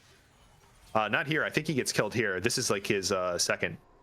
I think he kills K earlier, and then K brings it back and kills him here. No, other way around. Mistaken. This was the first around. kill. This is the first, and then Hoarder went on a rampage for like a good long while, which is also why we saw Hoarder with almost 33,000 damage as a Sion as well, being that front line, being able to help out, bringing the damage around for those elongated team fights. So both of the top players still being heavily in the spotlight. I mean, Sion, when he's Omega fed or like Omega unkillable, it's like Syndra's never killing Sion. We saw like that Syndra build was trying to be like a tank shred. By doing that, Aljun did 0 damage. But like Yunara, if she wasn't accelerated, no one's killing this Sion. So I think Hoarder almost did it, but almost isn't good enough. Yeah, I mean, you talked about it right there. Sushi, if you weren't accelerated, no one cuts through the Sion. Unfortunately, for Milk Esports, Sushi was very accelerated. It came to a head inside a jungle team fight where we saw Dorado Gaming White get one of the more convincing team fight wins, or actually, I think this was a little bit later. I might have miscalled, but this is one of those interesting moments. I caught this wrongly here. This was where we unfortunately watch Aljun and Sushi actually lose out. I feel so bad that I pulled this clip. No, this is where Aljun is like, hey, Sushi, I barely know him. And then just like, let Sushi, like the 7-kill Yunara, eat every gen ult under the tower. And I mean, I get it. I see Zol took a break from playing Tarkov to type Guma Sushi in the chat, though, which is very good of him. I like seeing that support, because Sushi definitely put on a masterclass that game. And look at how close this fight was, even though Sushi was not a part of it whatsoever. So. I mean, this also rode on just K being a monster, but 5 mini with the burn, the sneaky damage coming out of a way, it is also very brutal to deal with, I think. And we don't give respect a lot, I think, to the mid laners so far in the series. They've been relatively quiet in terms of high impact through the team fights, but they have been there. Every single time they stepped up, they're trying to fulfill that role and trying to play for the team throughout. Give a lot of credit where credit is due for them. Sure. I mean, there's something that needs to be said for being the role player. Not everybody can be that main character, and part of being on a team is knowing like, hey, it's my turn to carry, or it's my turn to literally just do my job. I need to create space. I need to build a certain way to kill somebody. I need to create pressure on the side lane and not die. This can change time to time, and when you have people on your team like Sushi or like K or like Hoarder or like Levitate, honestly, like, or Kisno. Honestly, like all of these rosters are so stacked with their carry players. Not everyone needs to be a carry. Sometimes you need to do what Josh did or Dardoch did and play Malphite. Sometimes you need to just stand back and tank some abilities so the real carry can pop off, and that's being a good teammate. And that's exactly what Dorado Gaming White did towards the end of the game. This was the Baron fight that kind of ended it all. One of the first times we get to see a full-fledged team fight, which ended up seeing very nice back and forth, a little bit of split focus at the start, but they wanted to finish off Baron, and they did get it. I mean, Hoarder doing his best to create as much space as possible, but, you know, really great ease from Syndra. Gets picks on Kisno, and the rest is history, right? Like Sushi. Oh, this is tragic. I remember this. Oh yeah, this is the one that we gotta pull back. I don't know if we want to be that mean, but we are. But what we are also going to show is how long this extended to chase for more kills. It felt like this was the moment where we saw Dorado really feel like they had the game in their bank, right? Like it started to feel much more like they were going to win, and they could do stuff like this. They could chase in, they could burn a little bit of time just kind of killing the opponent and getting away with it. And for them, it felt great getting back that energy. And you're so right. And you know what? I just came to me. I think Bounty and Sushi thought they were playing keepers in TFT, so they wanted to pair up to get the shield from being next to each other there at the end. So that makes a lot of sense, but I agree. I forgot about that. Listen, you wanted the amped up damage and all. Man, man, you are a TFT connoisseur. I like it. I like it. Side note, what rank are you? I don't want to talk about it. You know what? That's fair. Listen, we won't talk about it either because we are 3 games deep into a BO5, and for a grand finals, we love the back and forth. Heading into game number 4, Dorado Gaming White are 1 step away from toppling Milk Esports, who have had an undefeated run. And for Dorado, it's getting revenge for the winners semifinals matchup. Now, diving deep to game 4, we are at that point where we are starting to see those unique picks come out. And with uniqueness also comes the power play, that moment of we are going to win basically off this one pick. We thought it was going to be the Kindred before, especially for Kisno in that jungle. It didn't really work. Are there any others that you think will show up?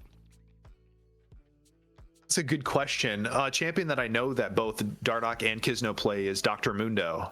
And I think this champion can absolutely run away with the game if you can get it in the right spot. What you're looking for is a really low damage jungler. Now that Wukong is gone, now that Kindred is gone, like if we start crutching on stuff like Sejuani maybe, or like even like a Cho'Gath, just something that's not super damage heavy, Mundo's like, yes please, I'm glad to be played here. Besides that, I think we're going to see a lot of flexibility out of Aljun in the mid lane and Manui on support. I'm a little bit worried for Fimini's pool as we go into game 4, though. All right. We'll see it. Right now, Bans, though, sticking pretty close with what we saw in game number 3. However, we've shifted a lot of focus up. The Chase and Aurelia higher in priority. This now leaves a lot of the ADCs open, which you've seen also rise higher in priority for both of these squads. The Yunara kind of kicked off the ADC run with both these squads. But namely, Milk and Dorado Gaming White have both itemized and optimized, saying we want to stay on our same sides once again. Milk is yet again 4th time on the blue side, Dorado Gaming on that red, and there's the Bard ban once as well. Sure. I mean, this might be a really boring series when it comes to side select, but I don't think it's going to be boring in gameplay. I would like to know why there hasn't been a Zehen pick. Were the nerfs like that drastic where you can't pick the champ anymore? Or like even a Jaxby one here, I wouldn't be surprised with that. Did they actually change? I think they nerfed him a little bit in like 25, 26 or whatever the last season patch was for last year. Oh, interesting. I don't know. I mean, honestly, everyone did love the Unstoppable. You know, the ult felt overwhelming, but you know, we're not going to see it here because Caitlyn is open. The Ezreal banned away signaled that Caitlyn was going to be up. It felt like the end of the dominoes rolling down, and yet Dorado Gaming leave it open. What do they want to pair with it though? Nico's gone, banned, Bard is gone. You can't pick Karma. Interesting. I will say I don't think that's a Mel counter in the bot side. I don't feel like that's where that's going. But I mean, if that is, go for it. It's just a blind pick of the mid this time around or in the bot. And a Nautilus. Okay, so Nautilus also banned out previously. Go ahead, get that Caitlyn closer range. I like it. Yeah, this might prompt like a Braum from Milk, but I'm pretty sure Dardoch has played Nautilus jungle as well. Like, this is like, it's getting harder and harder to predict these drafts, even though the champion pools have gone down, because now you might just see preference coming over comp and then a lot of flex picks here. But yeah, there's the Braum to be expected when you see the Nautilus blind like that. And all right, listen, Bach the Psychic is back at it again. He already knows like the next Victor 4 blind champions. Victor okay, Victor blind would be wild. Let's not call out the most boring of mid lane stances here, okay? Let's get some flair going. Oh, the Jax. Hey, okay. Jax, you mentioned this before. You said it earlier. Let's go.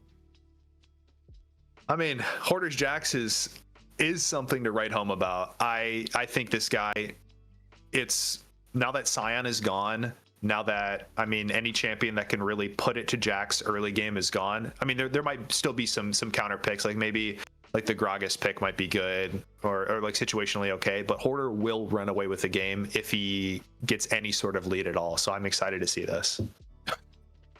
And there it is. There's that weird pick that you're not really expecting. New season cinematic dropping. I think it was Pike and his teammates just getting all of the charms and all, get all the dog tags. All right, I see you. Dog tags. It was I think Garen was pulling off like the tags out of the people he killed in the cinematic. Is that right? Oh, I thought you meant Dorado gaming tags. Okay.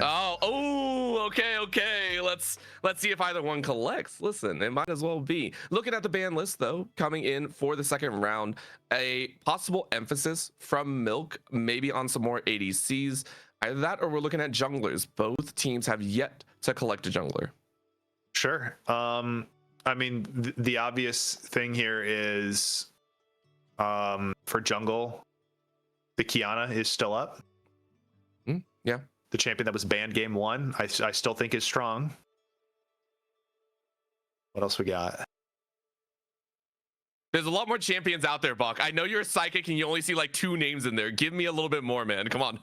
Give me a little bit more. I mean, we got like 150 other champions to pick in the game. Yeah, maybe it's a Doctor, dude. Maybe, I mean, Mundo is still up. Like, yep. I don't hate Mundo. No. All right. You know what? I'll make you stop thinking just for a bit, because you were a psychic. Eyes were on Victor. For Milk Esports, Victor was on the table. Dorado Gaming White said, let's not deal with that. Let's go ahead, ban it away. Let's look for something else. In response, the Talia is banned away. So now Phi Mini and Aljun are starting to become the focus for these lane matchups. This also, I think, slightly insinuates that we have identified Mel is going in the bot side against that Caitlyn, trying to match with a little bit of poke range in there. Or those are junglers. I lied. Talia and Kiana both banned away. Milk targeting Dardoch there. They're good flexes, and I think they're just acknowledging that the Mel could go bot lane. I'm not sure if they're sure, because you really don't want Mel mid, Diana jungle. It's like too much AP in your top side, but maybe it's okay. Maybe it's okay. Maybe they're thinking of something I'm not thinking of, and that's okay. I'm not a smart guy. I got a big forehead. Not a smart guy. Not all brain. Not a smart guy, he says. He's coaching like 7 different teams, juggling all that, reading patch notes and predicting every single draft out there. Like Mundo as well. We have gotten to that point where the guidelines, the path taken for these teams is starting to become a little bit more clear, because there are only so many champions on the table left. Yeah. A lot of Fearless is just trading priors as well. Like, it's just, hey, let me consult the tier list. Annie. I mean, this is just, I think this is Phi Mini scraping the bottom of the champion pool barrel right here. Not like I'm saying he can't play Annie, but I would not pick Annie this game personally. I mean, what is this? This is a long shot Arcanist Bruiser Warden. I mean, I don't see this working unless you got a 2-star Annie, right? Like that would be about it. I thought you were putting a hex on me. I was like, what the heck are you saying, dude? I ran down the list right there. For Dorado Gaming White, we got 1 more round to go. We are assuming a Diana mid and a Kayn jungle. Okay, R5 handed to Dorado, and you talked about this as well, talking about the carries, talking about who gets a spotlight. Everyone can, but you have to know how to give. Carry Kane possibly in the jungle. I mean, both teams have like a lot of range, like the Mel range, really scary for them to take space on, for Milk to take space in. But also, like, if Milk has first setup, how are you ever walking into Braum, Caitlyn, Annie first setup? It's super scary. And then it's going to come down to, I think, who gets ahead in the side lane. Is it Garen who's going to shut down Hoarder, or is it Hoarder who's going to make K a little doggy top lane of his own and then run away with the game? So I'm going to guess. I'm going to use all of my forehead real estate for good use here. I'm gonna go for Dorado Gaming this game. I'm a believer. All right. I'm gonna go with the hairs on my head, and I'll probably lose them by the end of this because of how many kills we'll have. I'm going Milk Esports again. I think we got a full series on our hands. I think Milk have what it takes to give me a good bowl of cereal at the end. Maybe not a mix of Captain Crunch and Frosted Flakes, because I honestly, this is a mixed bag of individual play. But I do want to posit one more question. Who gets first blood? Hoarder or K? Because at this point, it's all in the top lane. I don't think we have a choice on that one. True. I'm going to give it to Hoarder. Ooh. Okay, and the reason for that? He's just a beast, dude. I don't know. He's just him. All right, listen, there ain't no underlying notes to it. It's literally just the vibe pick, and we're giving it to Hoarder for first blood. But Dorado Gaming White might be taking victory here and cleaning up this series. Remember, this is for the championship, and a lot is on the line. With that being said, of course, you at home might have your own predictions in the store, which of course might go against either of us. If so, go ahead and get your points in, see who wins in just a bit, and maybe you're gonna have a little bit of fun as well. We're gonna send it right back to Gordo as well as Jack to take us into game number 4. Thank you very much, Orbital. Welcome to Summoner's Rift, everybody, for game number 4. As Dardoch locks in his 17th unique jungler of ACL Fall 2025. This guy, there's nothing he doesn't play, Jack. I feel like this truly is the complete transition and evolution of his career, where it is now pick me anything so that we can win in glory rather than lose in peace. Just says slam in the Kayn. I'm into Mundo. I can farm stacks forever. Jack's Braum Mundo is an incredible composition to get red Kayn into, although Bounty, in a weird spot here, is going to get concussed. Great start here for Levitate and Manui. They're going to chunk Bounty down below half HP, and you know, this is already going to be early game Mel in the bottom lane up against this Caitlyn. So, you know, rebutting Ace in the Hole feels very, very good. But other than that, I think it's going to be a tough laning phase up against this Caitlyn. And it's just gone from hard to even harder, as that early chunk onto Bounty going to make it harder for him to stay alive in these engagements. And then this top lane matchup going to be one to keep an eye on as well. K busting out the Garen for the second time this week. Up against Hoarder's Jax, and Bach drew some attention to it. Jax is a pick I really associate with Hoarder from way back when, even when he was still like a tier 3 prospect. He was a very well-known Jax player, a little bit more of a carry guy than a tank guy back then, as much as you may associate him with the Scion in today's game. And very excited to see him bringing it back to the Rift here today.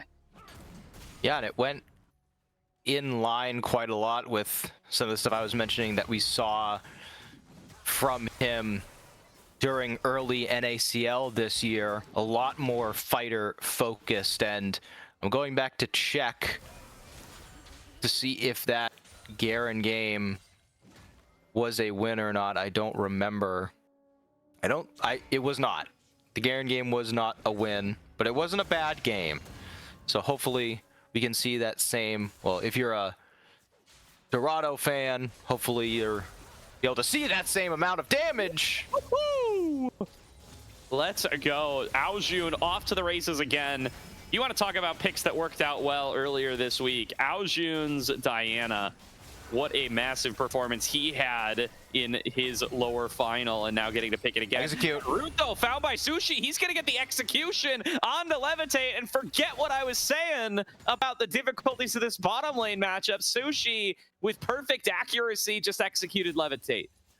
I think Mel is an extremely underrated champion, late and fearless when other control mages start to fall by the wayside, as Kizno is here now, flash forward. Kizno stepping up and going to be able to regen a fair bit of HP. Sushi going to be able to reflect one cleaver back in Kizno's face. I think he regens his own health for hitting himself with his own cleaver. And he will have to back on off after that one. Sushi flashed down, but maintains his life.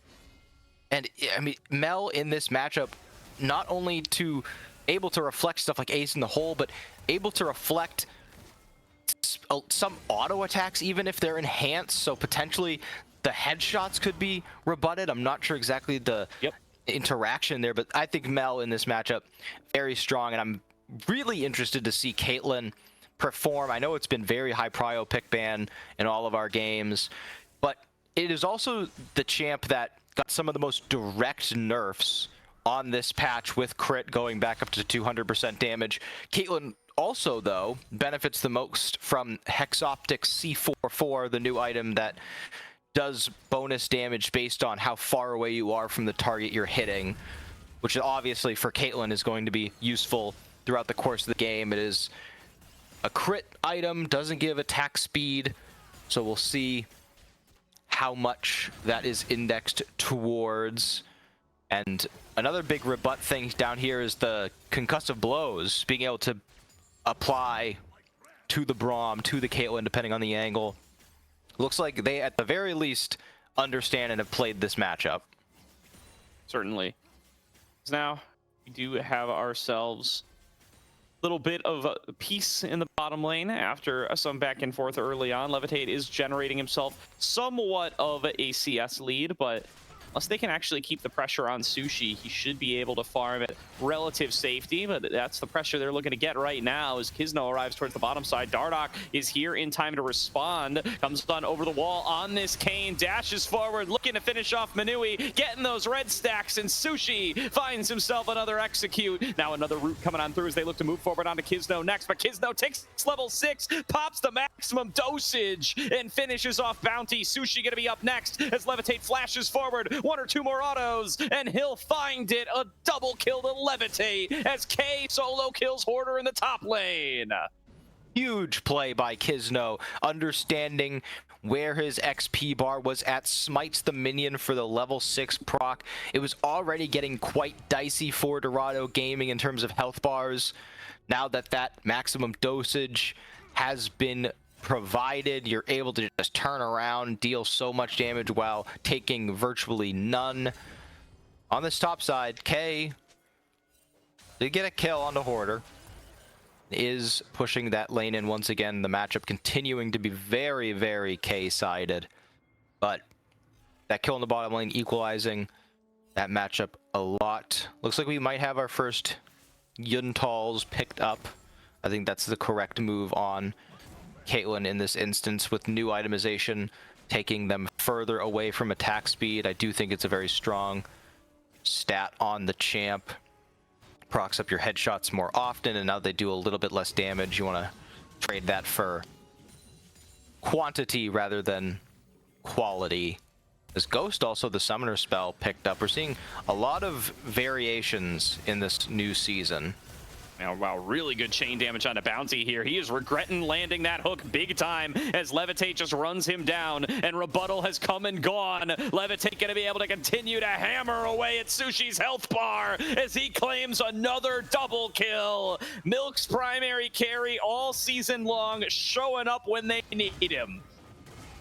Doing so well, advancing, and now on this top side, Hoarder and K fighting to the death once again. Whew. Order, a good exchange there, lands the ultimate and does give him those extra damage stats, or those extra resistances rather, to keep K on the back foot. But K still with Demacian Justice in his back pocket, so these health bars can be deceiving. Yeah, it's not going to do as much damage early in the game. K also having access to that perseverance on the passive. It can just sit back and regen a majority of that health bar up. Good vision here in the Tribe Rush for Dorado. able to see the shift in priority from the bottom lane up to the mid lane for Manui, but doesn't really matter unless they can shut this Caitlyn down, push them in. So much extra gold for Levitate. I'm wondering how early that quest completion is going to come through. Considering Manui found in transit here will take a bit of abuse from Sushi as another reflection comes on through from that rebuttal, and Dardoch being here as well, as is Aojun. Levitate and Manui just forced away from their turret entirely here. Milk are working on the grubs in trade cross map.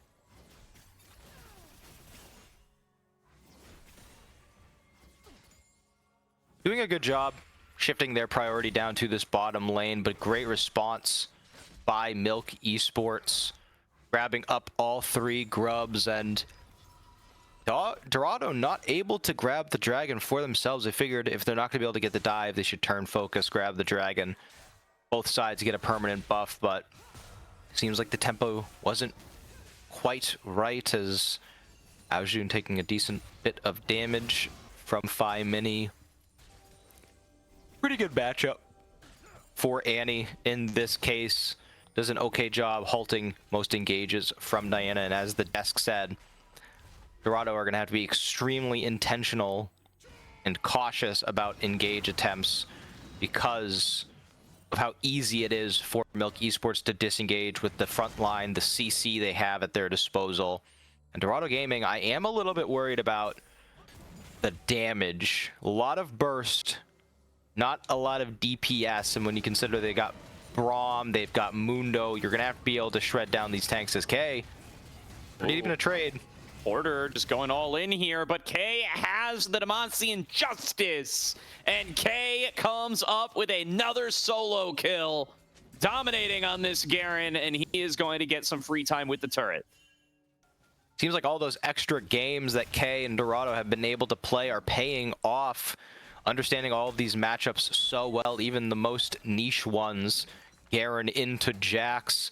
Last time it was Garen into Shen, and we kind of scratched our head and said, is this even really a counter? And so far, Hoarder has done a good job buffering the decisive strikes with the counter strike, but still not winning out on these trades just yet. The Fey Vision is going to be picked up by Braum, but he is rooted down now. Yeah, Manui not quite being able to get an engage onto anybody here. Does not land the Winter's Bite onto Dardoch, and he will be able to slip his way out of danger.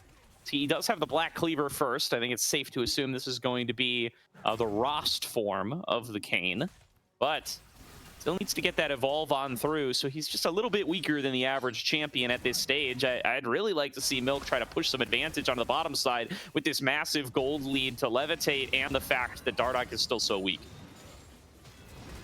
And we're seeing more fighting again. Quest completed, 4K as they run away with that XP injection they just gotten. Milk Esports able to take advantage of tempo once again and find themselves a dragon.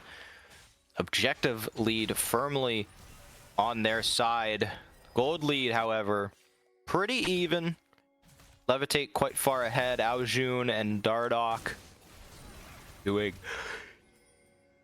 quite alright, as Sushi now getting run down, but the Winter's Bite will not land, and they're really using everything here. Yeah, Manui just dangling out the Glacial Fissure there. Lucky he didn't get it rebutted back into him, but Sushi going to be able to execute Levitate regardless. Kisno arrives in time to be able to make it a 1-for-1 trade, and he's going to have plenty of damage to work on a bounty with, but he needs to get out of here before Aojun arrives to the scene, slows him up with another cleaver, but pulled back in by bounty. In goes Aojun. Kisno pops the maximum dosage to stay alive for a little bit longer and get plenty of health back. Meanwhile, Manui working on the mid lane turret. Hoarder at risk of being dove by Dardoch and K, and down 2 levels in this matchup.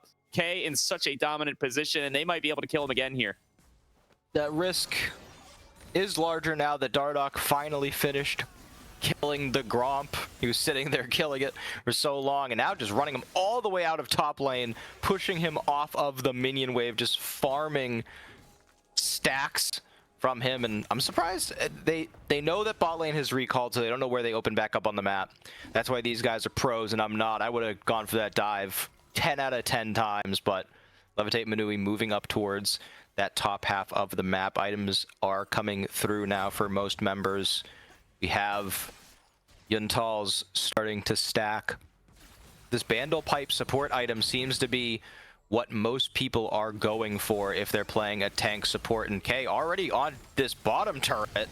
Yeah, looking to be able to get onto 5 mini here, and that ultimate is going to make quick work of his health bar. K up to 3-0, absolutely running the side lanes for Dorado White.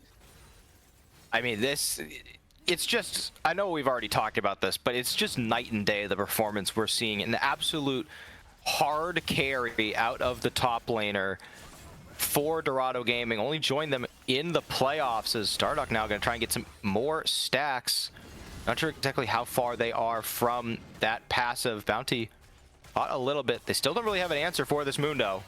No, Kisno still working on Dardock's health bar, but they jump in onto Levitate. Aojun has the angle and executes the marksman. Milk now once again without Levitate after back-to-back double kills. He now has back-to-back deaths. Sushi reflects the glacial fissure, and it just all goes wrong for Milk. They find a stun here onto Aojun. They commit the Tibbers, but it's just going to be a complete wipe for Dorado White. Kisno may be tanky, but the rest of the members are not nearly as much so. And meanwhile, K getting dove onto the bottom side. Hoarder will be able to get that shutdown, and Milk gets a little bit back in the bottom lane. Absolute chaos as the ultimate rebutted back towards Levitate. Luckily, they're at pretty much full HP. To start all that chaos off, I asked the question, how are they going to deal with Mundo? The answer is ignore him and land your CC onto their carries. Nautilus hits massive hooks onto Levitate, onto Phi Mini, as now Jun just going to grab himself a free kill on that bot side to finish the quest, get 100 gold, 6 stacks on the Dark Seal. I wonder if we are going to see the new Spellblade Bruiser AP item, Dusk and Dawn. Feels good on Diana. You were always kind of caught in between full damage burst with the Nashor's Tooth Lichbane or going for a more rebutting both the Cleaver and the Winter's Bite. Sushi showing off the movement. Maybe our first pro on Waz, who knows? True. I also want to point out before I kick it, a second Bandle Pipe has hit the rift in Dr. Mundo's inventory. Huh. That's a spicy one there. I mean, he does apply slows along with everybody else, and you know, Levitate will appreciate that attack speed, as will Hoarder. So definitely makes a little bit of sense, but yeah, it must be a good item. We got 2 of them already. I was already talking earlier about how I suspect, you know, some top laners are going to go for it as well. I suppose junglers can also be in that category. Double root found by Sushi, though. Tons of damage output on towards Levitate, and he just has to show some respect towards that solar snare, as keeps finding himself snagged by it and taking some losing trades for it. And we do have Red Cane on the map, as Phi Mini is no longer on the map. Aojun finding another pick there. Gonna get knocked up by Manui for his efforts, though, and likely will be traded back onto. Levitate can have no problem finishing off that Diana. And Sushi low on mana. Bounty has to flash back defensively. We'll get the root back. Dardock arrives. Be able to dump a little bit of damage back into Kisno, but slowed up by the Winter's Bite. Needs to retreat in his own right. Yeah, they didn't have K. Probably would have looked for something more aggressive there if they did. But K not able to join the fight. Did back with the Phantom Dancer. Sushi TPing into the mid lane has that Horizon focus. They did rework that item a bit more towards its early stage when it was introduced. I believe they put more focus on dealing big damage based on how far away they are. But still a great item, especially because of the vision it gives, and you're seeing how much vision is important. I'm also curious, while pondering on items once again, if we're going to see that Endless Hunger built for this Red Cane, going for that Omni Vamp and Ability Haste before pivoting more into tank items, as Red Team just racking up these markers here. Get the Dragon, they get a turret, pushing it on all lanes. K taking so much aggro and aggression. 4 members on this top side. This seems like it's just happening every single game full focus onto this member and doesn't even really seem to care all that much. Yeah, I mean, Hoarder's going to be the one who kind of actually takes the brawl here. He really wants to be able to get this crystalline growth, if nothing else. Does have to pay some respect to K, though. Kizno steps on up, but not before K has already wiped the entire wave away with the Stride Breaker. TP comes through from Aojun, so they do come out with the Summoner spell force, but still not going to be able to tap that tower. Yeah, but it's like we predicted at the beginning of this series. They're treating these fully crystalline towers like actual objectives on the map, sending so many resources to try and get them. The amount of gold that they give now that all turrets have plates on them, you're able to get such an influx onto your carries just by landing a single auto attack onto a turret. So well worth the investment. And as you mentioned, even though they don't get that auto onto the turret, they do get a summoner spell out of Aojun. Does have the enchanted boots, which we've had a lot of discussion about here tonight, but for Aojun on the Diana, being able to get back out onto the map quickly, very, very important. And we obviously saw early in this matchup, the Akali wasn't able to make the best use when they had those home guards, but this is a little different. 4, 1, and 2 on the Diana, has the Shadow Flame in inventory, so going to be dealing an incredible amount of burst damage, especially to low health targets. For sure. Baron going to be spawning here in about 30 seconds. I wonder if Dorado are going to try to force the hand a little bit here. Still, as we talked about earlier, a lot more dangerous to do the 20-minute Baron than the 20-minute Otacon. And the threat of K in this side lane kind of means that they can push and pull Milk around the map. Aojun, though, going to face check into 2. Chain CC there by Hoarder and Kizno, and they will be able to finish him off. Now Dardoch next up on the menu, stunned up by the concussive blows of Manui, as Kizno and Hoarder are able to back away. But still, I mean, K is unanswered. Nobody's over here dealing with this guy. Fimini TP'd up. They'd better start this Baron, or they're just going to lose a bunch for nothing.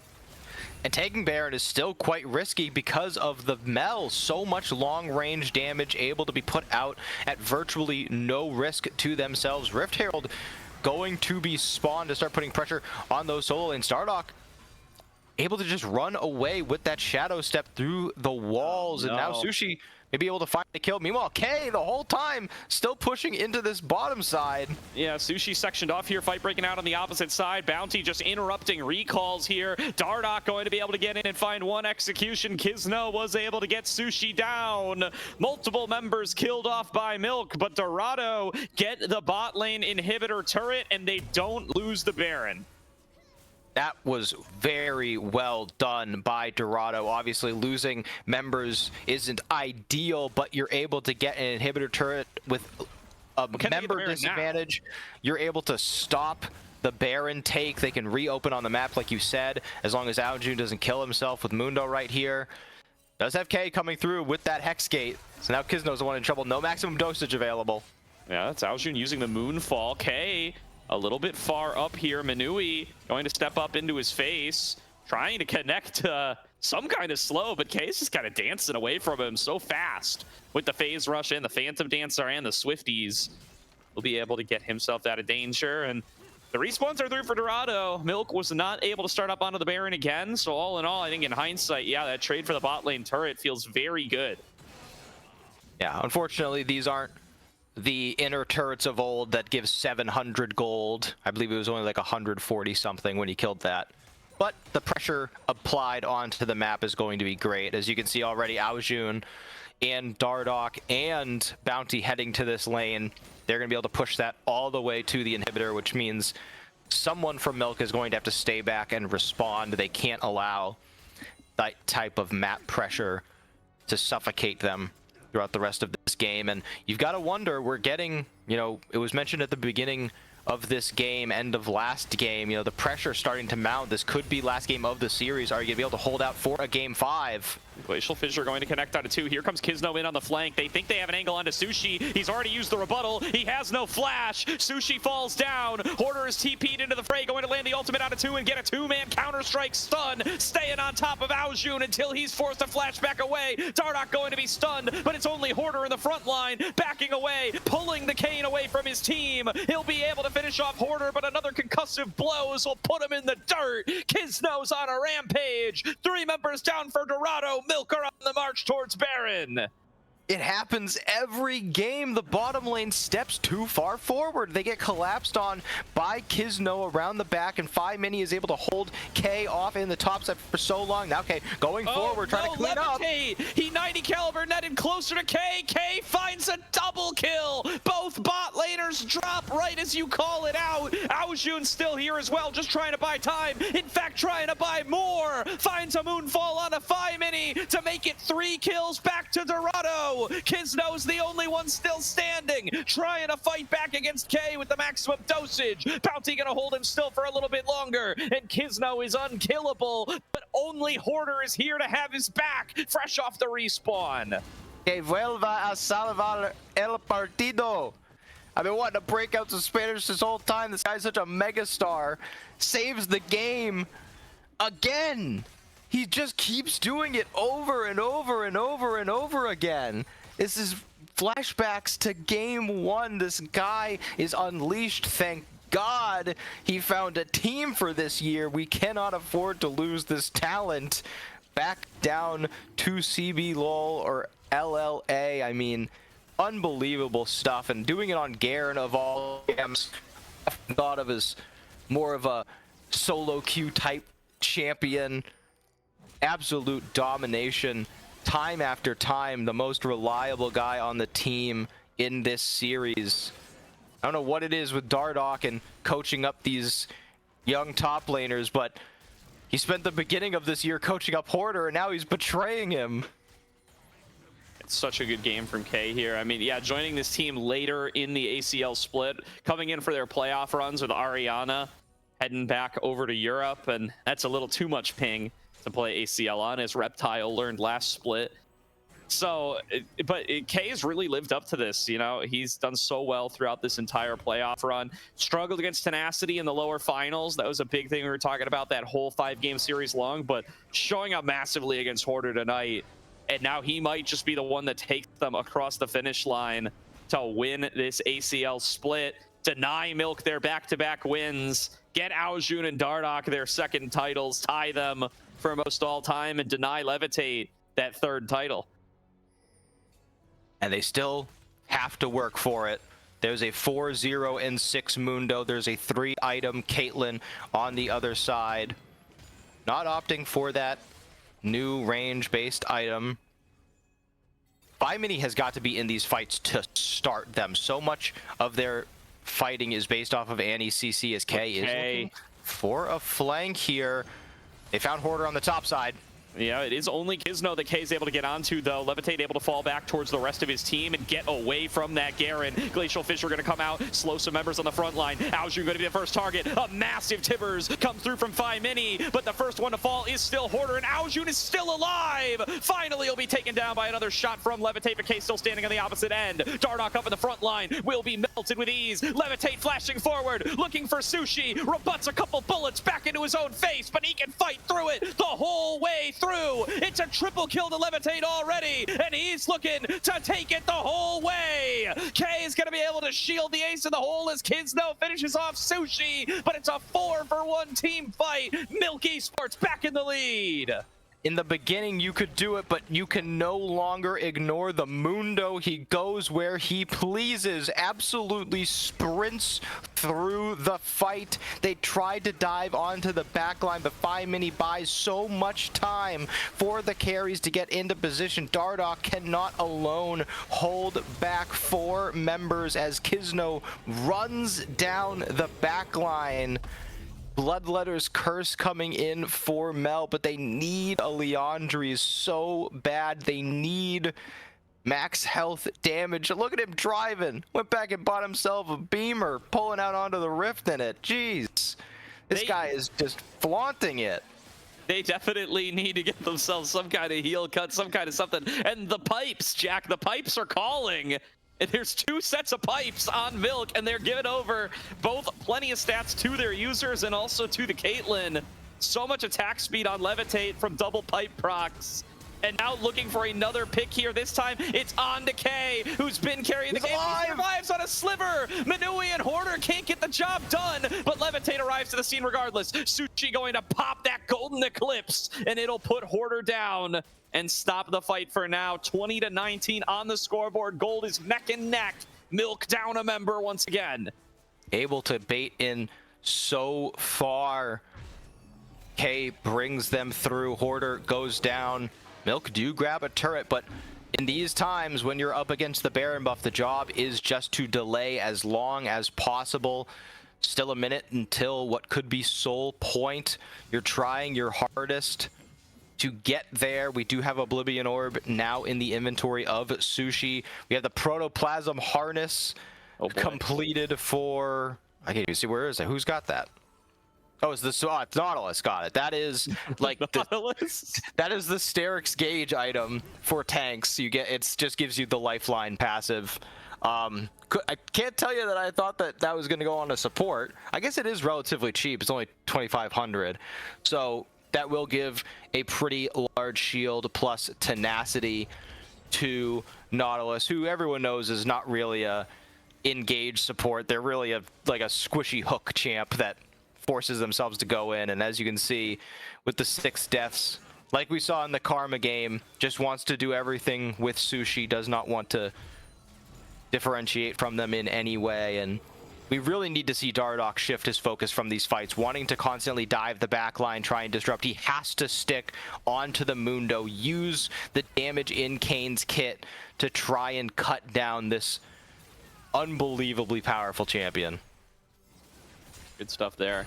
Manui thinks he's got an angle here, gets the slow on the bounty, throws out the Glacial Fissure, gets it reflected by Sushi as a 3rd dragon will be secured by Dardoch. Soul point goes over to Dorado. White and Milk do not find the engage they were fishing for it. What they do find is alone time for Hoarder on the top side, where he's just taking down an inner turret. Kisno going to be the focus here. Can they work their way through this tanky Mundo? Maximum dosage is popped. Dardoch is forced to ulti, dives back away, trying to escape. Concussive blows won't proc. Hoarder is looking for a target to dive onto with the concussive blows. Can't get onto anybody. Levitate's been one shot by Aojun, and Dorado White find an angle into the play. Kisno's already down. Hoarder trying to escape with his life. He's already bailed. K is dominating. It's a 4-for-1 in the opposite direction as Dorado White claim control over the map. They occupy the blue jungle, take down Corporate Mundo. Finally, there's no amount of defense that can hold them off. Hoarder tries to find an angle from the top lane, but Aojun consolidates all of their assets into one very slim point that they're able to just run through with the AoE damage from Mel, from Garen, from Kane. Finally, the break they needed, and after getting that Dragon Soul point, now they can focus on resetting their lanes, pushing them, and you already see it on the top lane. They're focusing now, moving towards mid lane. Sushi teleporting out onto the map. It's still 3 minutes until this Hex Soul spawns, but they know that they have to keep this going. That was such a difficult fight to win, and although they did win it, it's going to be just as hard next time. Yeah, and the heal cut that you were calling for, it came through, right? K had bought himself an Executioner's Calling. Sushi had bought himself an Oblivion Orb. K is now upgraded to that next item, and they've got the ability to work their way through Kisno, as demonstrated in that previous fight. He's going to pick up an Overlord's Bloodmail, try to up his damage output just a little bit. Demand focus from the Dorado White squad and try to buy enough time for Levitate, Hoarder, and Mini to do their stuff. They see him. K up at the front line, going to get stunned up immediately. Sushi not there to back him up, but they are not able to pull the trigger quite yet. The rest of the pieces were not in position. We do see it. there is a completed Endless Hunger for Dardoch here is going to allow them to stay alive for much longer, gives tenacity as well, but that does not change the focus in any way. You have to kill the Mundo. Now with that Overlords, as you mentioned, so much more damage is going to come through. Luckily, they do have Mortal Reminder built onto Garen. They have that Oblivion Orb on Mel, the Bloodletter's Curse also in inventory. So now they have the tools to take down the Mundo. The only question is, can they execute well enough to actually make it happen as Hoarder a target once again? If he walks up, this could be terrible. Yeah, Aojun going to jump onto him here. Hoarder commits the ultimate, but now he sees that he is in a 1 versus 2. Aojun pops the stasis to stay alive, and K will take down Hoarder for the upteenth time this series. It's a 5v4 on the map. Dorado White once again finding themselves with a numbers advantage. And it is so difficult for Milk to play with Hoarder down. K continuing to siege the bottom side. Manui going to find a slow 5 mini en route, as is Levitate. They're going to surrender the Baron to try to make a pick onto K, and he's just going to walk away. I mean, if you saw the cinematic, you know how fast this guy moves. He's going to just sprint away, or he's going to take you down. They don't seem to know exactly what they want to do right now. Baron will go over to Dorado. 2025, they had remarkable, maybe even record-breaking success breaking into NACL, winning all of these Tier 2, Tier 3 tournaments. Now on the brink of opening 2026 with another championship for the case. K able to walk up so aggressively with utter confidence in himself and his teammates that are coming in. 35 seconds until the Mountain Dragon spawns. We have a Seeker's Arm Guard for Mel. Aojun's about to have that Zhonya's back up and available. They don't necessarily want to face check any of this though, so they want to look for the wave. Kizna walked up too far. Yeah, it's K starting off the fight. Here comes the Glacial Fisher. They find it onto Sushi. He pops the rebuttal, but it might be a little bit too late. Hoarder finds the stun. Sushi goes into the stasis, but both the carries have been cut down. K solos out Levitate while Aojun takes 5 mini. And Dorado White will execute their game plan once again. 4 members drop. Dorado, the only ones left on Summoner's Rift. Manui just delaying the inevitable as Dardoch will chase him down and earn himself a second ACL title. What a run from Dorado White as they look to take out the Nexus and win themselves the Fall 2025 ACL. Dorado White are your champions. The back-to-back is stopped. Dorado will claim the prize. Unbelievable job. Couldn't have gone to a better team. Earned it in every sense of the word. And what a turnaround. Like we said, back-to-back 5-game series. And the one against Maryville was being classified as an upset. Like, oh, we can't even believe that they got this one. They get their chance against Conviction again and absolutely make the most of it. Huge congrats to Dorado. And making it past asterisks the whole way, right? They go against Maryville. Like you said, it's considered an upset. Maryville having just lost players to LCS and the ERLs. Then they come up against Conviction, another team that has just lost players to the LCS. And coming in up against Milk, who 2-0'd them in the upper bracket earlier, but still winning nonetheless. Dorado White put all the pieces together once again. K shows up in a massive form here as the substitute top laner for playoffs. Wasn't even on the initial roster, but shows up big time, both in games 1 and 4, and frankly for the whole series to win it for Dorado. A well-deserved championship for them. Yeah, and unquestionably MVP of this series. The Renekton gameplay, the Garen gameplay, even in the game up against the Scion, able to perform well, hold them together. And this one was close. Like, there were moments there where I was like, are they going to be able to get this Mundo consistently? And yeah, he just knew where to be on the map, where to pressure them. Most damage in the game on the Mundo. And it wasn't even like he was getting a lot of focus or was getting a lot of help in these matchups, just solo beating prospect of the year. Absolutely here. And that's enough from us here. We're going to send things back over to Bach and to Orbital. Jack, I believe you're going to have to leave us here, but thank you so much for joining us for tonight's games, my friend. And For having me. of course, let's let the desk take it away until we can get our victors here for a little bit of a post-match interview.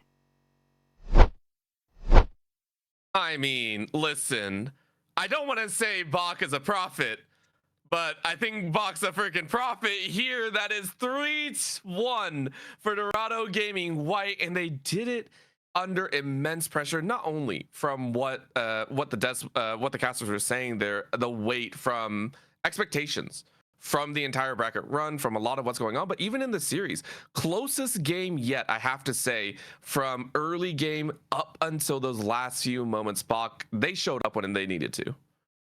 Yeah, and I want to highlight. I know Kay's getting a lot of love, like well deserved from his performance this series, and Jardock as well has gotten a lot. But I do want to highlight specifically Alju in this game, who just beat the brakes off of Mini mid lane in the early game and kind of gave his team a way to play. So like that early invade that Mundo had on Jardock's Raptors wasn't so impactful because they always had mid prio to get something back. And some missteps in the mid to late game when it came to getting out of position, but just good job for Aljun there. I do want to highlight that. Yeah, I mean, I agree. Picking a slightly, I wouldn't say purely unconventional pick, but the Diana went hard in its own right. And it was vastly needed because we saw some parts of Milk Esports that could have easily changed things up if Dorado Gaming White didn't play exactly perfect. And that brings us to a couple of our first replays. I mean, honestly, I was looking around and we were saying, hey, Dog has quite a few wins in the early game. We saw this bot lane that worked, except Kizno was the entire pain point of this game. Oh, it started off so well. Like they cheesed the kill on Manui here, and I was like, yeah, dude, they just win. But they weren't fine with taking that one pick and getting out. Mundo hits R, and the rest is history. Or hits level 6, and the rest is history. Yeah, I want to also point out Kizno made the conscious decision after losing Manui, said, guys, I am like 10 XP off of 6. Hit it mid-wave. Smited that poor caster minion. Rest in peace, RMC. And hit 6, turn it around. And it was a thing of beauty. This is why we're saying for Milk Esports, it felt like there were glimmers. There was absolutely ways for them to win. And it continued. This was not the first time that Kizno showed off and was trying to drag Milk Esports to a game 5. And that just goes to show that both teams have players that, like, I'm not trying to be like, wow, everyone is beautiful and perfect in their own way. But like genuinely, I know all these players. They are all extremely skilled, and any misplay on one side will go completely punished by the other. So, I mean, Kizno's a monster. Lots of respect for him. Everyone on Milk Esports really gave it a good shot. This game came down to a couple pivotal moments, and I mean, as these clips are going to show, like... Yeah, I mean, it's every which way that we saw kind of this needed to go well. Each time. This fight here was one that you and I both kind of held our breath because Sushi has been doing that almost all game, watching that Glacial Fissure be knocked back into a fight, and then it kicked off here. And you watch a lot of this burst come down, and yet Kizno all the way through holding off 3 members of the enemy team, willing to shirk into Sushi and K, allowing time for Levitate to free fire. It is one of the most kind of brutal moments of like, this is tank Mundo. You had a phrase for this Mundo as well. Oh, I forgot what I said, but dude, this guy's a beast. Like, he's going crazy. What did I say? Do you remember? Thanos. You called him Thanos. That was it. You called him Thano Mundo or something like Thanos that. Mundo, yeah. He was going sicko mode, but I think this is where K realized his job necessarily wasn't to one-shot the Jax, and he needed to save R to kill Mundo through the Mundo ult. And, you know, yeah, we killed Jax, and then Mundo's just 1v4 in the back line because we don't have tools to get to him. So know your job in team fights, guys. Know your job, and it really did come to that point where, hey, guys, you have a job. You have a singular job to perform here, and we are one step away from a championship. We've gone through 5-game series. We don't want to go to another 5-game. We don't want to play 15 games straight just to try and claim our crown. We don't need to do that. And they closed it out in 4. And it came down to a moment where they really did come together to create the perfect precision chord. And I loved it. It was this final battle where they actually won a team fight beforehand. But I think, Bach, you and I chose this one because it's like the first time where you see everything come together in such good harmony. Let's see. Yeah, I think it'll be pulled up here shortly. It was just this final win from Dorado Gaming White where we loved it because it was the final point of watching this ridiculous mundo just shatter disbelief, just be very I messed with our poor observer Caddy. Caddy's been doing so much work, by the way. For all those that may not know, Caddy, our producer and observer on the back end, has been doing so much amazing work to keep it going and give us all that love. I think this is the final fight. Yeah, I mean, Bach, this was beauty. It felt like. Yeah, this is great. Like, it's a small chunk to start the fight from Garen. Sushi was this a fight right wake before? up. I think this was the fight right before. Yeah. This was the first team fight they won. Sorry. Sushi needs to wake up and press W to reflect the Braum ult, but besides that, it's just like really well played, like from everybody. Yeah. And can we get some of the Dorado players? Sorry. Can we get some of the Dorado players in the chat to stop ghosting Gordo, please? Oh, this was the end. Thank you. Okay. Yeah, we're trying. Don't we're trying shame to. people, We're trying to get him back. Okay, it's okay. It's been a long night. From the backstage, we hear Gordo just being like, "Guys, please." I'm not afraid, dude. I'll show up at LAN on any of these kids, dude. Hey, I'm in my 30s. I ain't got nothing to lose. I'm just kidding, dude. These guys are all great. They're all congratulations to Dorado as the org and to Zol, who's already made an announcement and who's just farmed. This is his 30th org chip. So I don't know, man. All right, that's the way to do it. We'll bring Gordo back in from backstage to front stage. Thank you very much. We got Bach in the interview seat here. Thank you very much, Bach. And yeah, so looking like the Dorado White guys, they've had to head out. It's a late night already. I get it. You know, we got practice to get in there on the new patch already, so no shame to them. And in fact, congratulations to them for this win. Dorado's first win of the ACL. Love to have been the 30th chip for Dorado as an org here. What a great place to do it.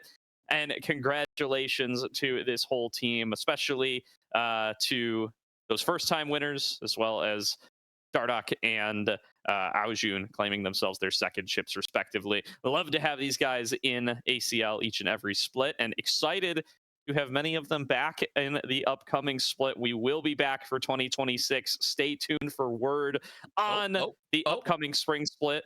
What was that, Orbital?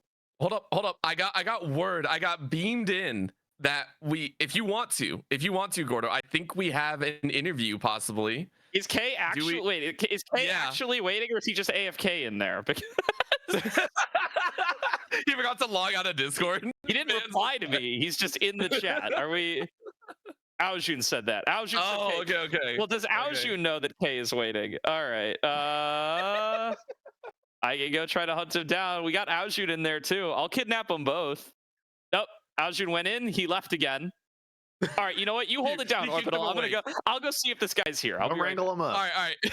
You know what Aojun did? Aojun walked in, kicked K awake, and was like, "Dude, I know you carried for like a game or two. Go ahead, wake up one more time, please. We got an interview." Exactly.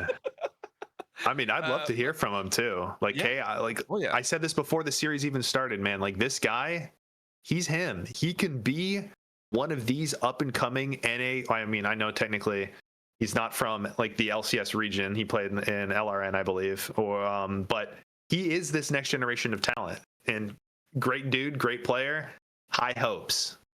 Yeah, I mean, I have high hopes as well. K is at his PC, so let's throw it to a quick break. Let's go K in here. Let's hear from him.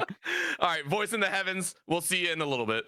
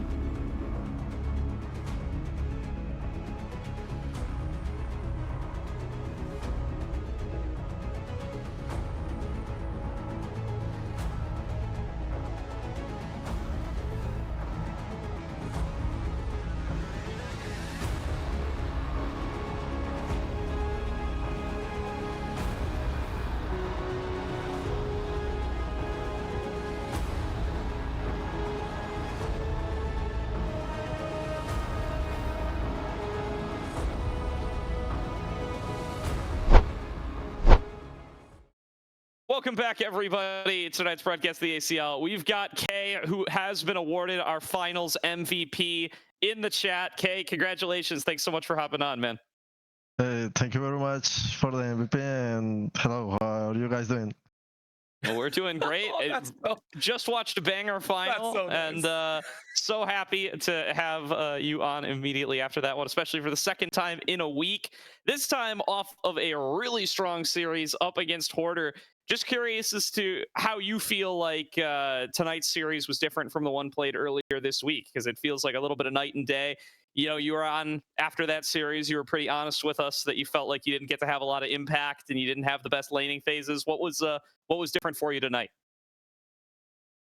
I mean, I think I told you about the last time, but the last series, on top of I was playing like shit, I was turbo lag, and yeah, I had to play with lag through the whole series, except for the last game. And the difference between that series and now is now that I'm playing in the best conditions that I can ever play with. I'm playing in a turbo PC, turbo internet. So if I lose, bro, I'm just fucking, I don't know, I should be fucking ashamed, bro. Let's go. I love to hear it. You know what? That's fair. I'll take the next question and I'll leave it up to Bach to go ahead and have some more fun. What was it like knowing that throughout the entire series, it became increasingly aware that you and Hoarder started to almost hog the spotlight? Did you feel like that at all, or was it just another day kind of in the office that you are fighting against the top laner, almost setting the tone for the entire game each time? Be completely honest, I didn't expect him to step up that much into the 1v1s. I wasn't like thinking about it too much throughout the series, like, oh, the top lane is the spotlight. I was thinking more like to myself, to what kind of matchups do I like and what kind of lanes do I want it, because from the first game that I saw him taking Electrocute, Igniter, and Besa, I kind of guessed that from this point on, this shit is gonna be a warfare on top lane till the end of the series. So I just took it like that. Like, I was very mindful that I was gonna fight to that. I had to be really sharp on the laning phase, because if I screw up, as you see, we could lose. Like, I screwed up too many times in the Galio game and expected to lose. Okay. Right, well, right. I'm gonna chime in and ask my question then, because Go ahead, Buck.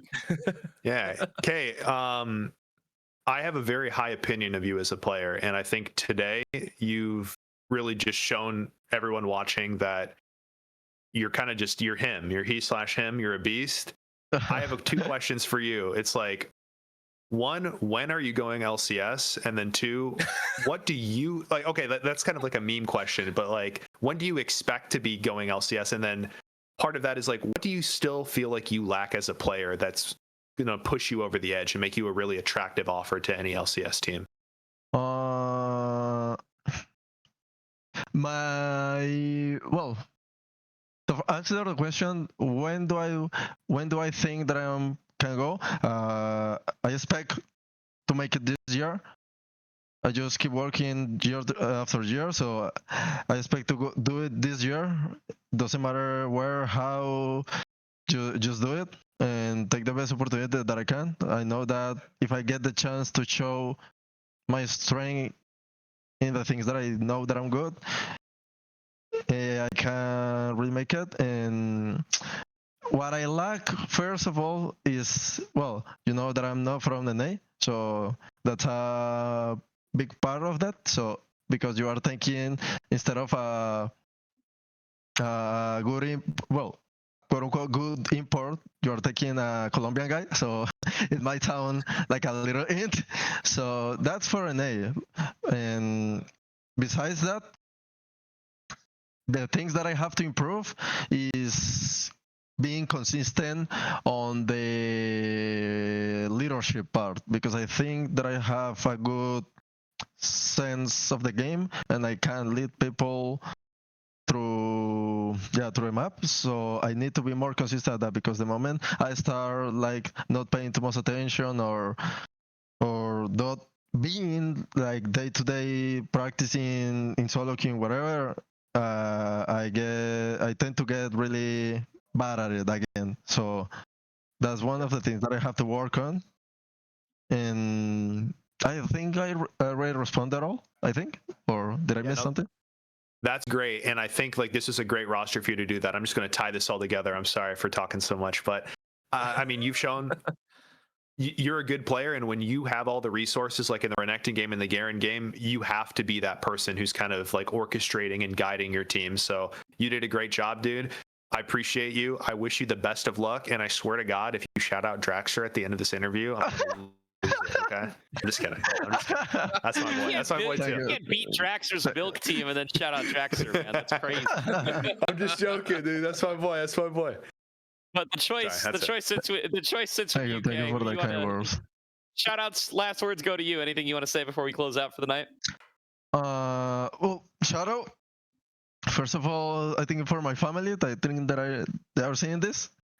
Hola Pa, hola Ma, hola Adrián, muchas gracias por verme y apoyarme. Shout out to my girlfriend, that she's always there, like you always can see her in the chat, posting things, like always supporting. I love her so much. Thank you very much for being there. And to the team, most likely, that they invited me to this. They took the what is the word? Like they took the trust on me to play with them, and I didn't want to let them down. So it's good that we got the win. And the last would be to Marieville, like all the people here in Marieville. Now that I'm a part of the community, a way to say it. Shout out to them, because they have been really kind to me, and it had been easy for me to just focus on League and play League as best as I can. Thank you very much, Kay. Appreciate hearing from you. Congratulations on the win and on the MVP. We'll let you go and celebrate.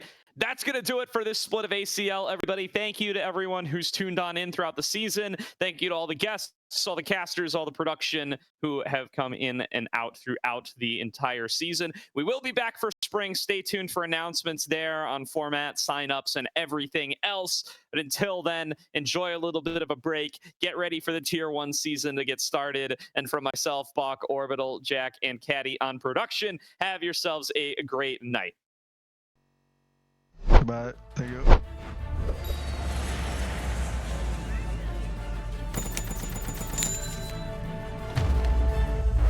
Bro, just use Zen Market.